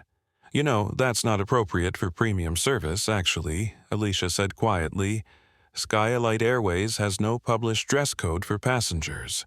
Your objections to my clothing are based on your personal prejudices, not company policy. Derek's face went white, as he realized he had been making up rules to justify his discrimination. Well, there should be a dress code. First class is supposed to be exclusive. Exclusive of what or whom? And there it was again, the question that forced Derek to either admit his prejudice or continue lying in front of witnesses. He chose to keep digging. Exclusive of people who don't appreciate the premium experience, who don't understand how to behave in an upscale environment, who think they can just walk in off the street and expect 5-star service. People like me. People who try to scam their way into situations they haven't earned. And you determined that I was scamming based on what evidence? Based on the obvious fact that you don't belong in first class. Derek had just confessed to discrimination in the clearest possible terms. He had admitted that his objections were based not on any evidence of wrongdoing, but on his assumption that certain people belonged in certain places and that he had the right to enforce those boundaries. Around the cabin, passengers were recording every word of Derek's meltdown. His prejudice and ignorance were being broadcast live to thousands of viewers. The hashtag SkyElite discrimination was trending internationally. And somewhere in corporate offices, executives who had never heard of Derek Morrison were watching him destroy their company's reputation in real time. Jessica Williams, the young flight attendant who had tried to de-escalate the situation, stepped forward with trembling hands. "Miss Brooks, I want to apologize for not speaking up sooner. I knew this was wrong from the beginning, but I was too scared of losing my job to challenge Miss Ashford's authority." Alicia looked at Jessica with compassion. "Jessica, you're not responsible for your supervisor's behavior, but you are responsible for your own choices going forward. I understand, and I want you to know that not all of us think like they do. Some of us became flight attendants because we wanted to help people and provide good service to everyone, regardless of what they look like. I appreciate your honesty, Jessica, and I want you to know that employees who demonstrate integrity and professionalism will have opportunities for advancement in the new SkyElite organization." Victoria heard the implication and felt a stab of panic. "Wait. You can't fire me based on one incident. I've been with this airline for 8 years. I have seniority. I have rights." "Miss Ashford," Alicia replied calmly, "you have the right to be treated fairly by your employer. You do not have the right to discriminate against passengers based on their race or appearance. You violated federal civil rights laws, company policies, and basic human decency." "I never mentioned race. I never said anything about race." "You didn't have to. Your actions spoke louder than words." Richard Blackwood was beginning to understand the full scope of his disaster. "Look, maybe I spoke hastily. Maybe I made some poor choices in how I expressed myself. But surely we can work this out quietly without making a big public scene. Mr. Blackwood, you made this a public scene when you stood up in front of a cabin full of recording passengers and declared that I didn't belong in first class based on my appearance. You made it public when you accused me of fraud and theft without any evidence. You made it public when you revealed your belief that certain people belong in certain places and that you have the right to enforce those boundaries." She gestured toward the phones that were still recording throughout the cabin. "This story is already public, Mr. Blackwood. It's been viewed by thousands of people, shared across social media platforms, and picked up by news outlets. There's no putting this genie back in the bottle." Derek Morrison was still in denial, but his desperation was beginning to show. "This is entrapment. You deliberately dressed down and acted suspiciously to provoke a response. You were trying to trick us into discriminating against you. Mr. Morrison, I was dressed casually and behaved politely throughout every interaction. If you consider those things suspicious or provocative, that says more about your prejudices than it does about my behavior. But you were recording us. You were gathering evidence to use against us. I was documenting how SkyElite employees treat passengers who don't fit their preconceived notions. The fact that you consider fair treatment to be a threat suggests that you know your behavior was inappropriate." Officer Thompson was filling out her incident report, documenting every confession and admission that the 3 discriminators had made. "Miss Brooks, do you want to press formal charges against any of these individuals?" Alicia considered the question carefully. "I want to ensure that they face appropriate consequences for their actions, but I also want to focus on preventing future incidents rather than just punishing past behavior." She turned to address the entire cabin, her voice carrying the authority of someone who had just revealed herself to be the most powerful person in the room. What happened here today wasn't an isolated incident. It was the result of a culture that allows prejudice to masquerade as professionalism. Starting today, that culture ends. Her phone rang again. She answered it calmly. "Yes, Margaret. Yes, proceed with the immediate terminations. Yes, contact the FAA about implementing new anti-discrimination training requirements. And yes, schedule a press conference for this afternoon." She ended the call and looked at Victoria, Derek, and Richard with the same steady gaze that had unnerved them throughout the entire confrontation. "Miss Ashford, Mr. Morrison, your employment with SkyElite Airways is terminated effective immediately. Security will escort you from the premises and you will receive final paperwork within 24 hours. You can't fire me, Victoria shrieked, her composure finally cracking completely. I have a contract, I have seniority, I have rights. You had a contract, Alicia corrected, which you voided when you discriminated against passengers based on their race. You had seniority which you forfeited when you violated federal civil rights laws, and you have rights which you chose to ignore when you denied them to others. Derek was shaking his head in disbelief. 12 years. 12 years of loyal service, and you're throwing it away because of one misunderstanding. Mr. Morrison, this wasn't a misunderstanding. This was a choice. You chose to assume I was a criminal based on my appearance. You chose to refuse to verify my credentials. You chose to escalate the situation rather than do your job professionally, and now you're choosing to face the consequences. Richard Blackwood was frantically pulling out his phone. I'm calling my lawyer. This is defamation. This is harassment. You can't destroy someone's reputation based on a few comments taken out of context. Mr. Blackwood, your comments weren't taken out of context. They were recorded in their entirety and broadcast live to thousands of viewers. Your reputation wasn't destroyed by me, it was destroyed by your own words and actions. The cabin fell silent again as the full weight of what had just happened settled over everyone. 3 people had walked into this confrontation believing they held all the power, confident in their prejudices, secure in their assumptions about who belonged where, and who had the right to make those determinations. In the span of an hour, they had been revealed as examples of everything wrong with discriminatory thinking. They had confessed to their prejudices in front of hundreds of witnesses. They had been fired, banned, and made infamous, and their downfall had been broadcast live to the world. But the story wasn't over yet, because Alicia Brooks was about to show that true power doesn't come from the ability to diminish others, it comes from the capacity to lift them up. The transformation of the aircraft cabin was immediate and dramatic. Where moments before there had been conflict and tension, now there was a strange mixture of shock, vindication, and uncertainty about what would happen next. Alicia Brooks stood in the center of what had become an impromptu courtroom, watching as the full weight of consequences settled on the people who had discriminated against her. Victoria Ashford was no longer the confident, beautiful authority figure who had controlled the cabin just minutes earlier. Her perfect makeup was beginning to smudge as tears of panic and rage started to flow.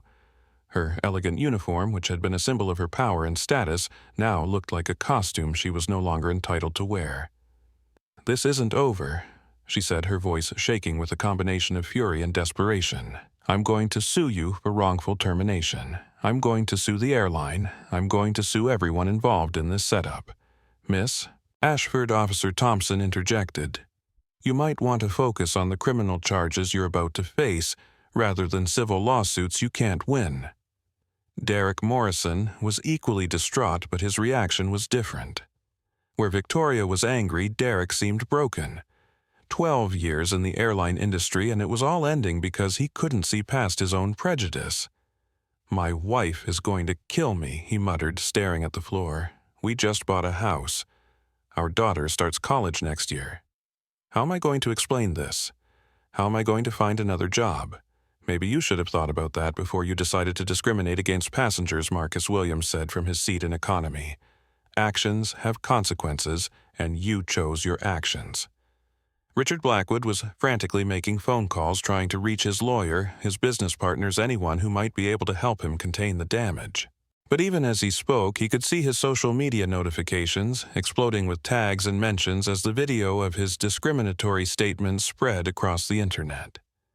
"This is going to destroy my business," he said into his phone. "I need crisis management. I need media control. I need—" He paused, listening to the voice on the other end. "What do you mean, you can't represent me? What do you mean it's a conflict of interest?" Alicia watched their individual meltdowns with the calm observation of someone who had seen the consequences of prejudice before. She felt no pleasure in their downfall, but she also felt no sympathy. These were not victims of circumstance. They were people who had chosen to discriminate and were now facing the natural consequences of those choices. Her phone rang again. This time it was Thomas Patterson, her CFO. Thomas, perfect timing. Yes, I want immediate implementation of the new protocols. Contact all department heads and schedule emergency training sessions. And please make sure the media knows that we're taking swift action to address discrimination in our operations." She listened for a moment, then continued. "Also, I want Jessica Williams promoted to head purser on this flight effective immediately. She showed courage in speaking up when it mattered, and we need to reward that kind of integrity." Jessica Williams, who'd been standing quietly near the galley, looked up in shock. "Miss Brooks, I don't know what to say. Say you'll help us create a culture where every passenger is treated with dignity and respect, regardless of their appearance or background." "Yes, ma'am, absolutely." Alicia ended the call and addressed the entire cabin. "Ladies and gentlemen, I want to apologize for the disruption to your travel experience. What you witnessed today was unacceptable, and it represents everything that SkyElite Airways is committed to changing." She paused, looking around at the passengers who had recorded the entire confrontation. "I also want to thank those of you who documented what happened. Transparency and accountability are the only ways to ensure that discrimination doesn't happen again." James Peterson, who had been live-streaming the entire confrontation, raised his hand slightly. "Miss Brooks, my stream has been viewed by over 8,000 people. Do you have any message for them?" Alicia considered the question carefully. She knew that whatever she said next would be recorded and shared, that it would become part of the permanent record of this incident. "I want everyone to understand that what happened here today wasn't just about one airline or 3 individuals," she said, her voice carrying clearly through the cabin and into the thousands of devices recording her words. "This was about a culture that has allowed prejudice to masquerade as professionalism for too long." She paused, choosing her words carefully. "Discrimination doesn't just hurt the people who are targeted, it damages everyone. It creates a society where people are judged by their appearance rather than their character, where assumptions take the place of evidence, where prejudice is mistaken for wisdom." The cabin was absolutely silent as she spoke. Even Victoria, Derek, and Richard had stopped their individual dramas to listen. Starting today, SkyElite Airways will be an airline where every passenger is treated with dignity and respect. We will not tolerate discrimination in any form. We will not allow prejudice to determine how our customers are served. And we will hold ourselves accountable to the highest standards of professionalism and human decency. She looked directly into James Peterson's camera. "To everyone watching this, you have the power to demand better. You have the right to be treated fairly regardless of how you look or where you come from, and you have the responsibility to speak up when you see discrimination happening to others." The impromptu speech was interrupted by the arrival of additional security personnel and what appeared to be corporate representatives from SkyElite. They boarded the aircraft quickly and efficiently, clearly having been briefed on the situation. Miss Brooks, said a woman in a business suit who appeared to be in charge of the corporate response team, "I'm Sarah Richardson, Vice President of Operations. We have termination paperwork prepared and legal representatives standing by." "Excellent. Please ensure that both terminated employees are escorted from the premises immediately and that their access to all company systems is revoked." Victoria overheard the conversation and made one last desperate attempt to save her career. "Wait, you can't do this. I was following procedures. I was protecting the integrity of the first-class cabin. I was Miss Ashford," Alicia interrupted calmly. "You were discriminating against passengers based on their race and appearance. You've confessed to this discrimination in front of hundreds of witnesses and thousands of online viewers. Your employment is terminated, and your actions are being referred to federal authorities for civil rights violations." Derek Morrison was led away quietly, his head hanging in shame. He had destroyed his career and his family's financial security because he couldn't see past his own prejudices. The man who had spent 12 years in the airline industry was leaving it in disgrace, recorded and broadcast for the world to see. Richard Blackwood was still on his phone, frantically trying to control the damage to his reputation and business interests. But the video of his discriminatory statements was already viral, shared across social media platforms, and picked up by news outlets. His investment firm would likely fire him within hours. His social standing was destroyed, and his name would forever be associated with the kind of prejudice that most people claimed no longer existed. As the three discriminators were escorted from the aircraft, the atmosphere in the cabin began to shift. The tension that had dominated the space for the past hour was dissipating, replaced by a strange sense of catharsis and justice. "Excuse me," said an elderly woman from seat 4B, her voice wavering with emotion. "I want you to know that I'm ashamed of how long I sat silent while that young lady was being mistreated. I should have spoken up sooner." "Ma'am," Alicia replied gently, "the important thing is that you recognize it was wrong. That awareness is the first step toward change." Marcus Williams stood up again, his lawyer's instincts engaged. "Miss Brooks, I want to offer my services if you need legal support for the civil rights aspects of this case. What happened here today was textbook discrimination, and the perpetrators should face the full consequences of their actions. Thank you, Mr. Williams. We'll be in touch." Sarah Richardson was coordinating with the aircraft crew to prepare for departure. "Miss Brooks, we have a replacement crew standing by if needed, but Jessica Williams and the other flight attendants are prepared to continue service if you're comfortable with that." Alicia looked at Jessica, who was standing straighter now, her nervousness replaced by determination. "Jessica, how do you feel about leading this crew for the remainder of the flight, honored ma'am, and committed to making sure every passenger receives excellent service? Then let's continue to Miami." As the aircraft prepared for departure, Alicia settled into seat 1A, the seat that Victoria Ashford had insisted she didn't deserve, the seat that Derek Morrison had claimed was fraudulently obtained, the seat that Richard Blackwood had declared she didn't belong in. She looked out the window at the Chicago skyline and reflected on the morning's events. In the span of 2 hours, she had exposed the depth of discrimination within her own company, fired 2 employees who had violated basic human decency, banned a passenger who thought his wealth entitled him to treat others as inferior, and sent a message that prejudice would not be tolerated under her leadership. But, more importantly, she had demonstrated that power and authority came with the responsibility to protect the dignity of everyone, especially those who society might consider powerless. Jessica Williams approached with a crystal glass of champagne and a warm, genuine smile. "Welcome aboard, Miss Brooks. Is there anything I can get for you? Just a commitment that every passenger on every flight will receive this same level of respect and professionalism. You have it, ma'am, from all of us.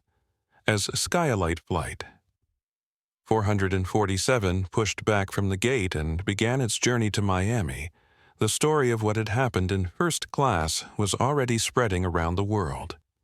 The hashtag SkyElite discrimination was trending globally. News outlets were reaching out for interviews, and somewhere in corporate boardrooms across the aviation industry, executives were reviewing their own policies and training programs, wondering if their companies were next. The flight itself was smooth and professional. Jessica Williams and her crew provided excellent service to every passenger, treating each person with the dignity and respect they deserved.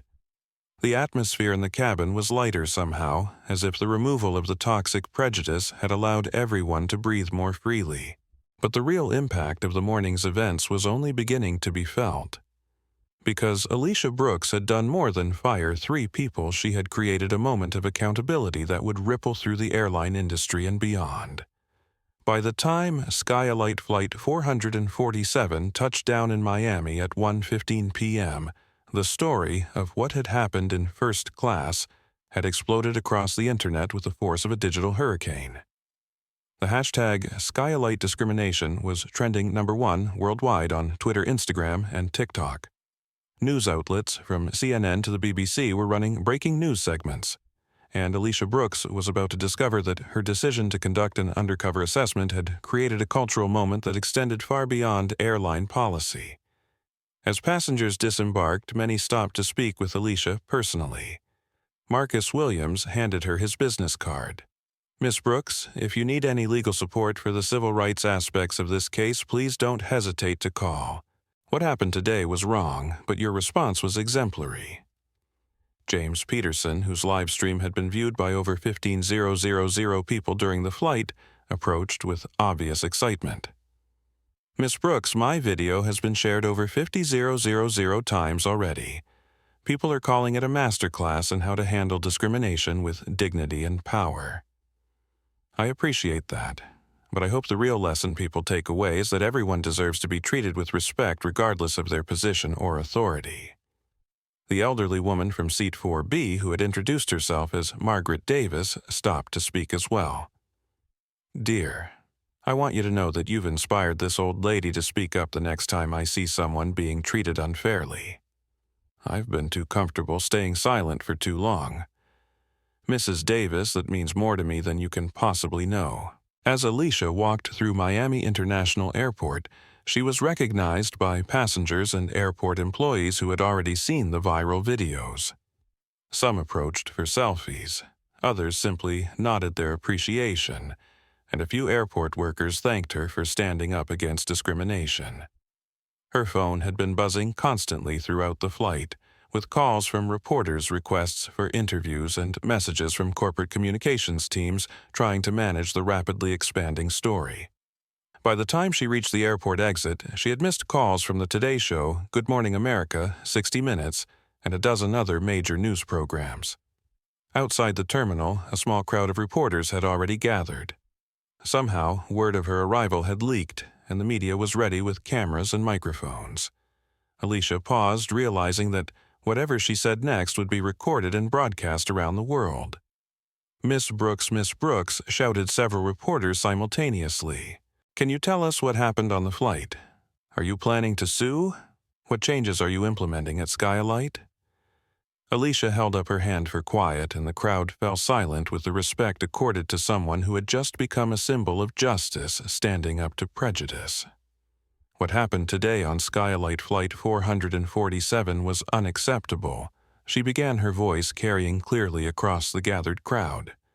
3 individuals chose to discriminate against me based on my race and appearance. They assumed that because I was a young black woman dressed casually, I couldn't possibly belong in first class. She paused, choosing her words carefully. But this story isn't really about me. It's about the thousands of passengers who face discrimination, everyday passengers who don't have the power or platform to demand accountability. It's about the culture that allows prejudice to masquerade as professionalism. What actions are you taking against the employees involved? Called out a reporter from CNN. The employees who discriminated against passengers have been terminated immediately. The passenger who supported and encouraged their discrimination has been permanently banned from flying with any Meridian Holdings subsidiary, and we are cooperating fully with federal authorities regarding potential civil rights violations. Are you planning to sue for damages? Asked another reporter. This was never about money or personal restitution. This was about exposing a culture of discrimination and implementing changes to ensure it never happens again. SkyElite Airways will be implementing comprehensive anti-discrimination training, new accountability measures, and a zero-tolerance policy for prejudice in any form. What message do you have for other passengers who might face similar discrimination? Alicia looked directly into the cameras, knowing that her words would be heard by millions of people around the world. Document everything. Speak up when it's safe to do so. Demand accountability. And remember that your dignity and worth as a human being are not determined by what you're wearing or what you look like. She paused, then added, and to the people in positions of authority, whether you're a flight attendant, a manager, a security guard, or a CEO, remember that power comes with responsibility. The responsibility to treat everyone with dignity and respect, especially those who society might consider powerless. Miss Brooks, some people are saying you entrapped the employees by dressing down deliberately. How do you respond to that? I was dressed casually but appropriately. If airline employees consider casual clothing suspicious or provocative, that reveals more about their prejudices than it does about my choices. Every passenger, regardless of how they're dressed, deserves professional service and basic human dignity.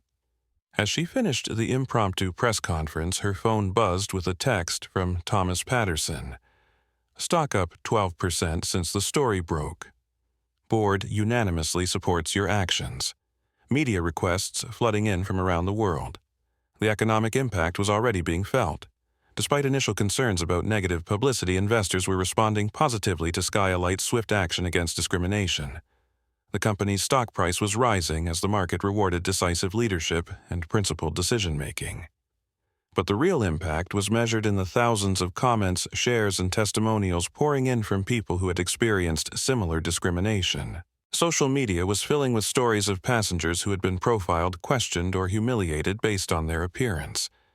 The conversation Alicia had sparked was opening up decades of suppressed experiences and long overdue accountability. The emergency board meeting at Meridian Holdings headquarters in New York was unlike any corporate gathering in the company's history. Every board member had seen the viral videos. Every executive had fielded calls from reporters, and everyone understood that they were witnessing a watershed moment that would define their company's future. Alicia participated via video conference from Miami, still wearing the same casual hoodie and jeans that had triggered the morning's discrimination. The juxtaposition wasn't lost on anyone. The most powerful person in the room was dressed like a college student, while the executives in expensive suits were hanging on her every word. The first question we need to address, Alicia began, is whether this was an isolated incident or a pattern of behavior. Based on my preliminary review of complaint records, this appears to be part of a broader cultural problem.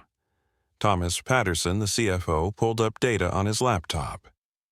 I've been reviewing customer service complaints from the past 2 years. We have 127 documented incidents of passengers claiming discriminatory treatment, with 89% of those complaints involving passengers of color.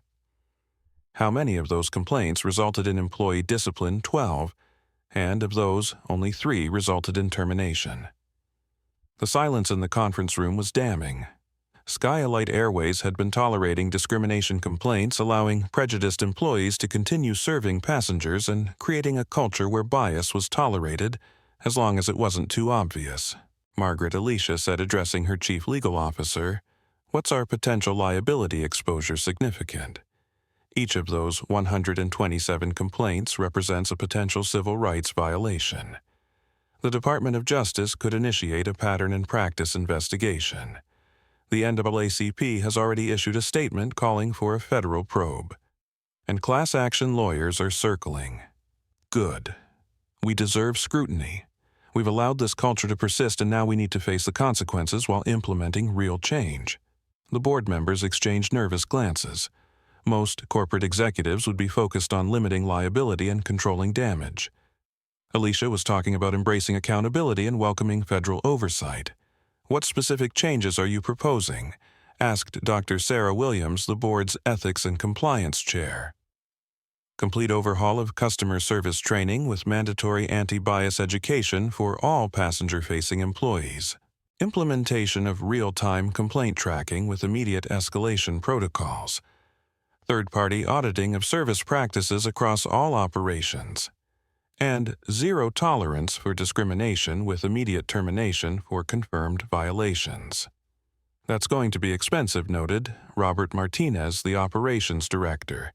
"Discrimination lawsuits are more expensive. Damaged reputation is more expensive. Losing customers because they don't feel safe flying with us is more expensive." She was right, and everyone knew it. The cost of implementing comprehensive anti-discrimination training and oversight would be minimal compared to the potential legal and reputational damage of maintaining the status quo. "I want every employee to understand that we're not just changing policies, we're changing culture," Alicia continued. "This isn't about political correctness or sensitivity training. This is about basic human decency and professional competence." "What about the media response?" asked Jennifer Liu, the corporate communications director. "Full transparency. We admit that we had a problem, we explain what we're doing to fix it, and we commit to ongoing accountability. No corporate speak, no evasion, no minimizing what happened. That's a risk. Admitting fault could increase our legal exposure. Denying reality would increase our moral exposure. I'd rather face lawsuits with integrity than avoid them through deception." The conversation continued for 2 hours, with Alicia outlining a comprehensive transformation plan that would touch every aspect of SkyElite's operations. New hiring practices that emphasized emotional intelligence and cultural competency. revised training programs that included real-world scenarios and bias recognition, enhanced complaint procedures that empowered passengers and protected employees who reported discrimination. But perhaps most importantly, she announced the creation of a new position, Chief Diversity and Inclusion Officer, who would report directly to her and have the authority to investigate complaints, impose discipline, and implement changes without interference from other departments. I want someone in this role who has personal experience with discrimination, who understands the impact of bias on real people, and who has the courage to challenge authority when necessary, she said. This isn't going to be a token position or a public relations gesture. This is going to be a senior executive with real power and the mandate to use it. As the meeting concluded, the board members were clear on the path forward. SkyElite Airways was going to become a leader in anti-discrimination practices, not because it was good for public relations, but because it was the right thing to do. The stock market agreed. By the close of trading that day, Meridian Holdings stock had gained 15%, with analysts praising the company's swift action and principled leadership. Investors were betting that companies with strong ethical standards and inclusive cultures would outperform those that clung to outdated practices. But the real measure of success wouldn't be found in stock prices or corporate policies. It would be found in the experiences of individual passengers, people like Marcus Williams, who had witnessed discrimination, people like Jessica Williams, who had found the courage to speak up, and people like the thousands of passengers who flew every day hoping to be treated with dignity and respect. The transformation of SkyElite Airways had begun not in a boardroom or a training manual, but in the first-class cabin of Flight 447, where a young black woman in a hoodie had refused to accept that her appearance determined her worth. And that refusal had changed everything. The immediate aftermath was just the beginning.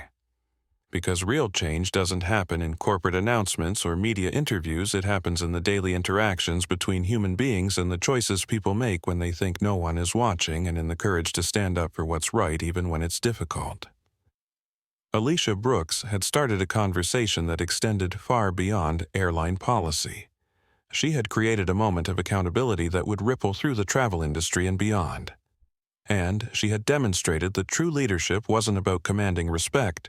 It was about demanding justice for everyone, especially those who society might consider powerless. The viral videos from Flight 447 had been viewed millions of times. The hashtag SkyElite discrimination had sparked thousands of testimonials from people sharing their own experiences with bias. And somewhere in airports and airplanes around the world, employees were beginning to think twice before making assumptions about passengers based on their appearance. Change was coming to the airline industry. Not because of regulations or lawsuits, but because one woman had refused to accept discrimination and had the power to do something about it. The question now was whether that change would be lasting, meaningful, and transformative, or whether it would fade into corporate memory like so many other moments of awakening.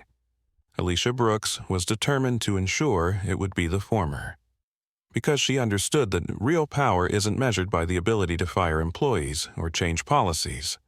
It's measured by the capacity to create a world where everyone is treated with dignity and respect, regardless of their appearance, background, or status. The immediate aftermath was over. The real work was just beginning.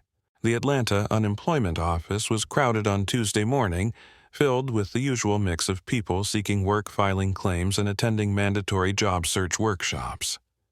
In the far corner, hunched over a computer terminal and trying to remain invisible, sat Victoria Ashford.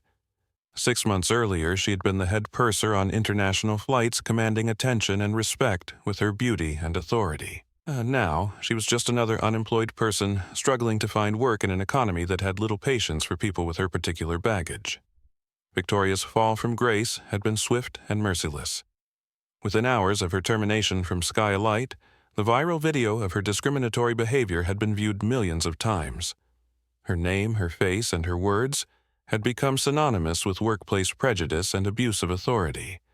What had once been her greatest asset, her striking appearance, had become a liability as people recognized her from the infamous footage. She had applied for over 50 jobs in the past 6 months, flight attendant positions with other airlines, customer service roles, hospitality management, retail sales, anything that might provide a paycheck and a fresh start. But every potential employer conducted internet searches on applicants, and Victoria's search results were a disaster. Victoria Ashford, racist flight attendant. SkyElite discrimination scandal. Flight crew fired for bias. The first page of Google results was filled with articles, videos, and commentary about her behavior on Flight 447. No amount of explaining could overcome the evidence of her own words recorded and broadcast for the world to see. Her personal life had suffered equally. Friends had distanced themselves, embarrassed to be associated with someone who had become internet infamous for the wrong reasons. Her boyfriend of 3 years had broken up with her after his colleagues began making jokes about dating the racist flight attendant. Her family in Tennessee had begged her to come home and lay low until the attention died down. But the attention never died down.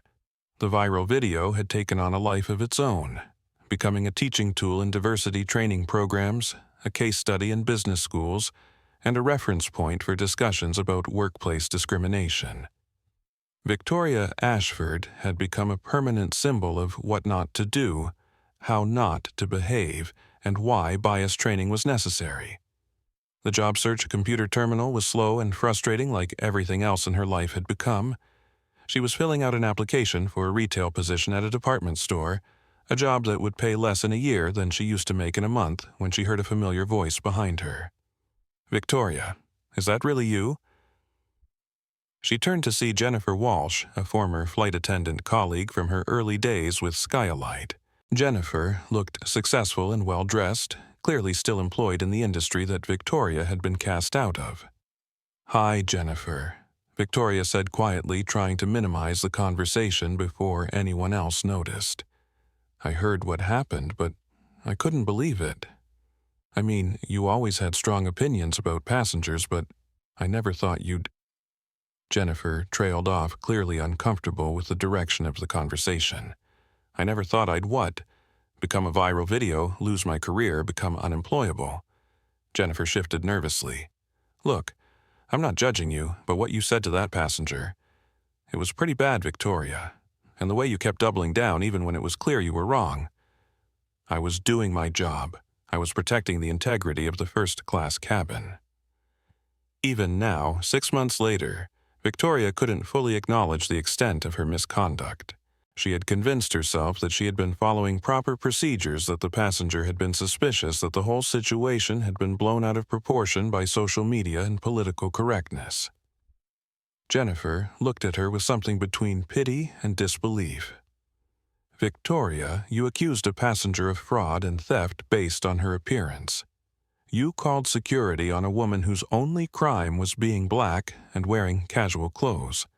How is that protecting anything except your own prejudices?" The words hit Victoria like a physical blow. Even former colleagues who had once laughed at her harsh judgments about passengers were now distancing themselves from her behavior. "You don't understand what it was like," Victoria said defensively. "She was acting suspiciously. She didn't look like she belonged in first class. You were just being racist," Jennifer interrupted. "And now you're unemployed because you couldn't see past your own bias long enough to do your job professionally." Jennifer walked away, leaving Victoria alone with the computer terminal and the harsh reality of her situation.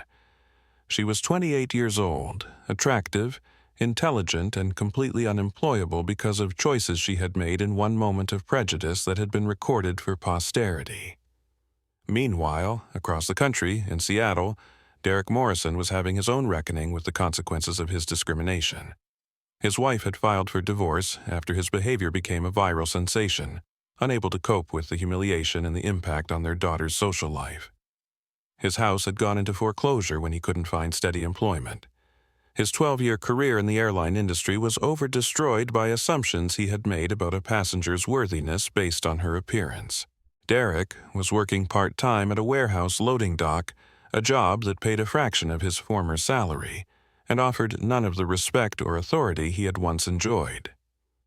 His former colleagues avoided him. His neighbors whispered when he walked by. His daughter, now a freshman in college, had changed her last name to her mother's maiden name, to avoid association with his infamy.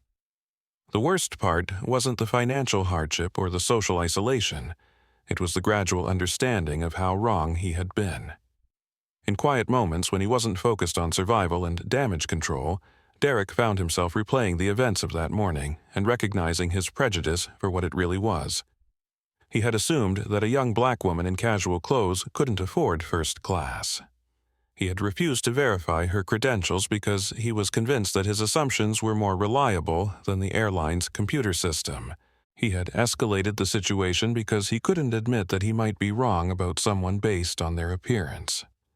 The woman he had discriminated against had turned out to be the CEO of his company, a billionaire entrepreneur who had more wealth and power than Derek could imagine. But that wasn't really the point.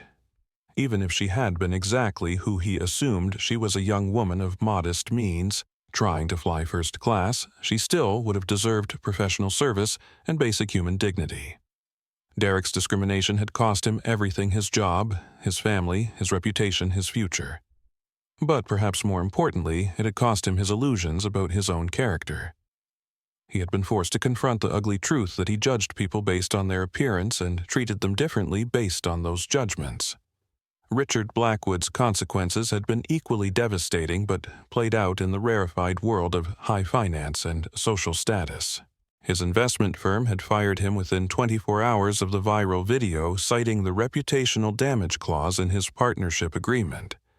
His clients had fled en masse, unwilling to trust their money to someone who had revealed himself to be capable of such poor judgment and obvious prejudice. The exclusive social clubs that had once welcomed his membership quietly asked him to resign. The charity boards that had benefited from his donations politely declined his continued involvement. The Manhattan social circle that had once revolved around wealth and status suddenly found that certain kinds of behavior were beyond redemption regardless of bank account balances. Richard had moved to Florida, where he hoped to rebuild his career and reputation away from the New York financial community that had made him persona non grata. But even in Miami, his past followed him. The viral video had made him nationally recognizable as an example of entitled prejudice, and his attempts to start a new investment firm were met with suspicious questions and declined partnerships. He had tried to rehabilitate his image through charitable donations and public apologies, but the sincerity of his contrition was undermined by lawsuits he had filed against Alicia Brooks' SkyElite Airways, and even some of the passengers who had recorded his discriminatory statements. His legal team had advised him to accept responsibility and focus on rebuilding, but Richard's ego couldn't tolerate the idea that he had been publicly humiliated by someone he had considered inferior. The lawsuits were universally unsuccessful. Courts found no evidence of entrapment defamation or wrongful termination. Richard's own words, recorded by multiple witnesses and broadcast live on social media, provided incontrovertible evidence of his discriminatory behavior. His legal challenges only served to keep the story in the news and remind people of his prejudice and poor judgment. The new SkyElite Airways was barely recognizable as the same company that had employed Victoria Ashford and Derek Morrison 6 months earlier. The transformation had been comprehensive, touching every aspect of operations from hiring practices to customer service protocols to executive accountability. Jessica Williams stood in the crew briefing room at Chicago O'Hare conducting her weekly training session for new flight attendants. As the newly promoted regional customer service manager, she had become one of the faces of SkyElite's cultural transformation.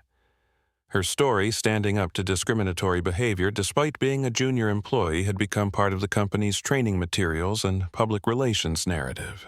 The most important thing to remember, Jessica told the group of new hires, is that every passenger deserves the same level of professional service regardless of their appearance, age, race, or how much they paid for their ticket. The training room was diverse in a way that the old SkyElite never was. The company's new hiring practices prioritized emotional intelligence and cultural competency alongside traditional qualifications. Every new employee underwent extensive bias training, participated in real-world scenario exercises, and was required to demonstrate understanding of discrimination laws and customer service excellence. Can anyone tell me what was wrong with the way Miss Ashford handled the passenger in our case study video? Jessica asked. A young man named Marcus raised his hand. She made assumptions about the passenger's ability to afford first class based on her appearance and then refused to verify the passenger's credentials when asked to do so. Exactly. And what should she have done differently? Treated the passenger with respect, scanned her boarding pass immediately, and provided professional service regardless of her personal opinions about the passenger's appearance. Right. And remember, professional service isn't about agreeing with every passenger or never having private thoughts. It's about not letting your personal biases affect how you do your job. The training materials included the actual footage from Flight 447, with names and faces blurred but dialogue intact. New employees watched Victoria's discrimination unfold in real time, saw the impact on passengers and witnesses, and learned about the swift consequences that followed. It was uncomfortable viewing, but it was effective education. The transformation extended beyond training to actual policy changes. SkyElite had implemented a real-time complaint system that allowed passengers to report discrimination immediately through their mobile app. Complaints were investigated within 24 hours, with findings reported to both the passenger and executive management.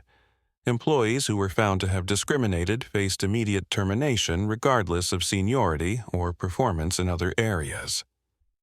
The company had also created a passenger bill of rights that was posted prominently in every airport location and aircraft. The document clearly stated that discrimination based on race, religion, gender, age, sexual orientation, or appearance would not be tolerated and provided specific steps for reporting violations. Perhaps most importantly, SkyElite had hired Dr. Carmen Rodriguez as Chief Diversity and Inclusion Officer, a position that reported directly to Alicia Brooks and had real authority to investigate discipline and implement changes. Dr. Rodriguez had a Ph.D. in organizational psychology and 15 years of experience in civil rights enforcement. She wasn't a token appointment or a public relations gesture. She was a senior executive with the power and mandate to ensure that the old culture never returned. The goal isn't just to avoid viral videos or lawsuits, Dr. Rodriguez explained to the executive team during their monthly review meeting.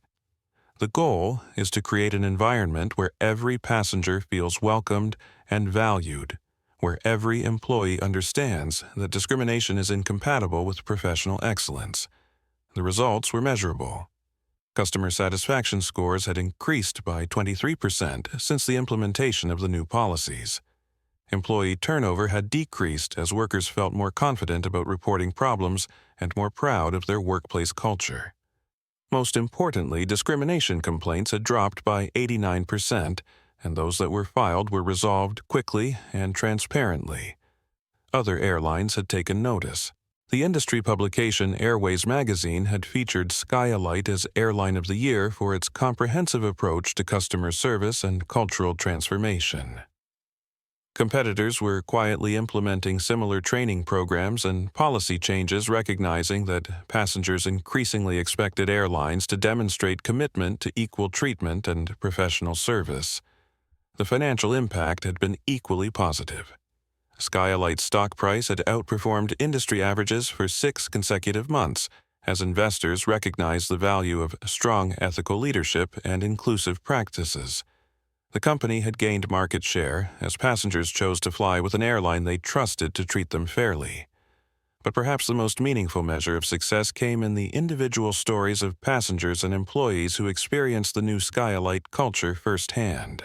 Marcus Williams, the attorney who had witnessed the original discrimination, had become a regular customer and public advocate for the airline's transformation.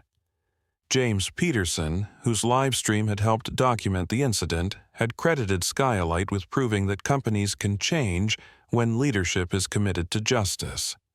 The elderly passenger Margaret Davis, who had regretted staying silent during the original incident, had written a letter to Alicia Brooks, praising the changes she had observed during subsequent flights. "Your airline now treats every passenger like they matter," she wrote. "That's the way it should always have been, but I'm grateful it's the way it is now." SkyElite Airways had become more than just an airline. It had become a symbol of how quickly and completely, organizational culture could change when leadership was committed to justice and accountability. The company that had once employed discriminatory staff and ignored passenger complaints was now leading the industry in diversity inclusion and customer service excellence. The transformation was complete, but the commitment was ongoing. Because lasting change doesn't happen through policies and training programs alone. It happens through daily choices, individual accountability, and the understanding that treating people with dignity and respect isn't just good business practice, it's basic human decency.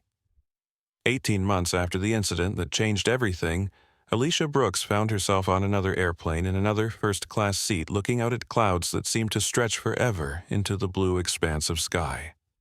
This time, she was flying SkyElite Flight 892 from New York to London, and this time the experience was everything air travel should be: professional, dignified, and completely unremarkable in the best possible way. The flight attendant who greeted her was Elena Santos, a young woman whose warm smile and genuine professionalism represented everything the new SkyElite stood for. Elena didn't know Alicia's identity, didn't recognize her as the CEO who had transformed the company, and didn't need to. She simply provided excellent service because that was who she was and what her training had taught her to do. "Welcome aboard, Miss Brooks," Elena said, checking the passenger manifest. "Can I get you something to drink before takeoff?" "Sparkling water would be perfect, thank you." "Of course. And please let me know if there's anything else you need during the flight." It was such a simple interaction, so ordinary and professional, but it represented everything Alicia had fought to create. No assumptions based on appearance. No special treatment based on perceived status. Just one human being treating another with courtesy and respect. As the aircraft climbed to cruising altitude, Alicia reflected on the journey that had brought her to this moment. The viral video from Flight 447 had been viewed over 50 million times. The hashtag SkyElite discrimination had sparked a global conversation about workplace bias and customer service. The three people who had discriminated against her had faced real consequences for their choices. But more importantly, meaningful change had taken root. SkyElite Airways was now recognized as an industry leader in diversity and inclusion. Other companies across multiple sectors had adopted similar training programs and accountability measures. The conversation about discrimination had moved beyond social media trends to become part of corporate governance and business strategy. Victoria Ashford, Derek Morrison, and Richard Blackwood had become cautionary tales examples of how quickly prejudice could destroy lives and careers in an interconnected world where bad behavior was recorded and shared instantly. Their downfall had been swift and public, but it had also created space for better people to rise and better practices to take hold. Alicia pulled out her tablet and opened her Notes app. She had been invited to give the keynote speech at the International Conference on Workplace Equality, and she wanted to craft words that would capture not just what had happened on Flight 447, but what it meant for the future of how people treat each other. Prejudice, she typed, is the ultimate failure of imagination. It's the inability to see past surface appearances to recognize the humanity and dignity that exists in every person. When we judge people by their clothes, their accent, their age, or their race, we're not protecting standards, we're revealing our own limitations. She paused, watching clouds drift past the window, thinking about all the people who had been affected by what happened that morning, 18 months ago. The passengers who had found the courage to speak up when they witnessed discrimination. The employees who had learned to examine their own biases and commit to professional excellence. The executives who had discovered that doing the right thing could also be good business. True power, she continued typing, isn't the ability to diminish others based on assumptions and prejudice. True power is the capacity to see the worth in every person and the courage to defend that worth when it's under attack. It's the understanding that how we treat the people society considers powerless reveals who we really are. The words flowed easily, because they came from lived experience, from the understanding that dignity wasn't something that could be earned or lost based on appearance or status. It was something that belonged to everyone simply because they were human. The person in the hoodie might own your company. The quiet woman in the corner might control your future. The passenger you're about to dismiss might just have the power to change your world. But even if they don't, even if they're exactly who you assume they are, they still deserve your respect, your professionalism, and your basic human decency. Alicia saved the document and put her tablet away. Through the aircraft window, she could see the lights of London beginning to twinkle in the distance. A city full of millions of people who deserve to be treated with dignity, regardless of their appearance, background, or circumstances. The transformation of SkyElite Airways had been complete, but the work of creating a more just and equitable world was ongoing. Every interaction was an opportunity to choose respect over prejudice, understanding over assumption, justice over convenience. As Flight 892 began its descent into Heathrow Airport, Alicia felt a deep sense of satisfaction. Not because she had punished people who had discriminated against her, but because she'd used her power to create positive change that would outlast any individual incident or viral video. The flight attendant, Elena, stopped by her seat one final time. "Thank you for flying with SkyElite today, Miss Brooks. I hope you have a wonderful time in London."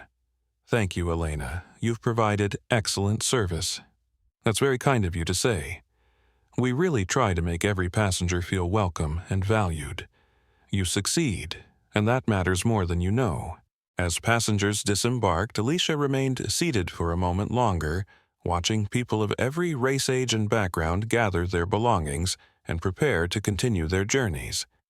Each person deserved to travel with dignity. Each person deserved professional service and basic respect.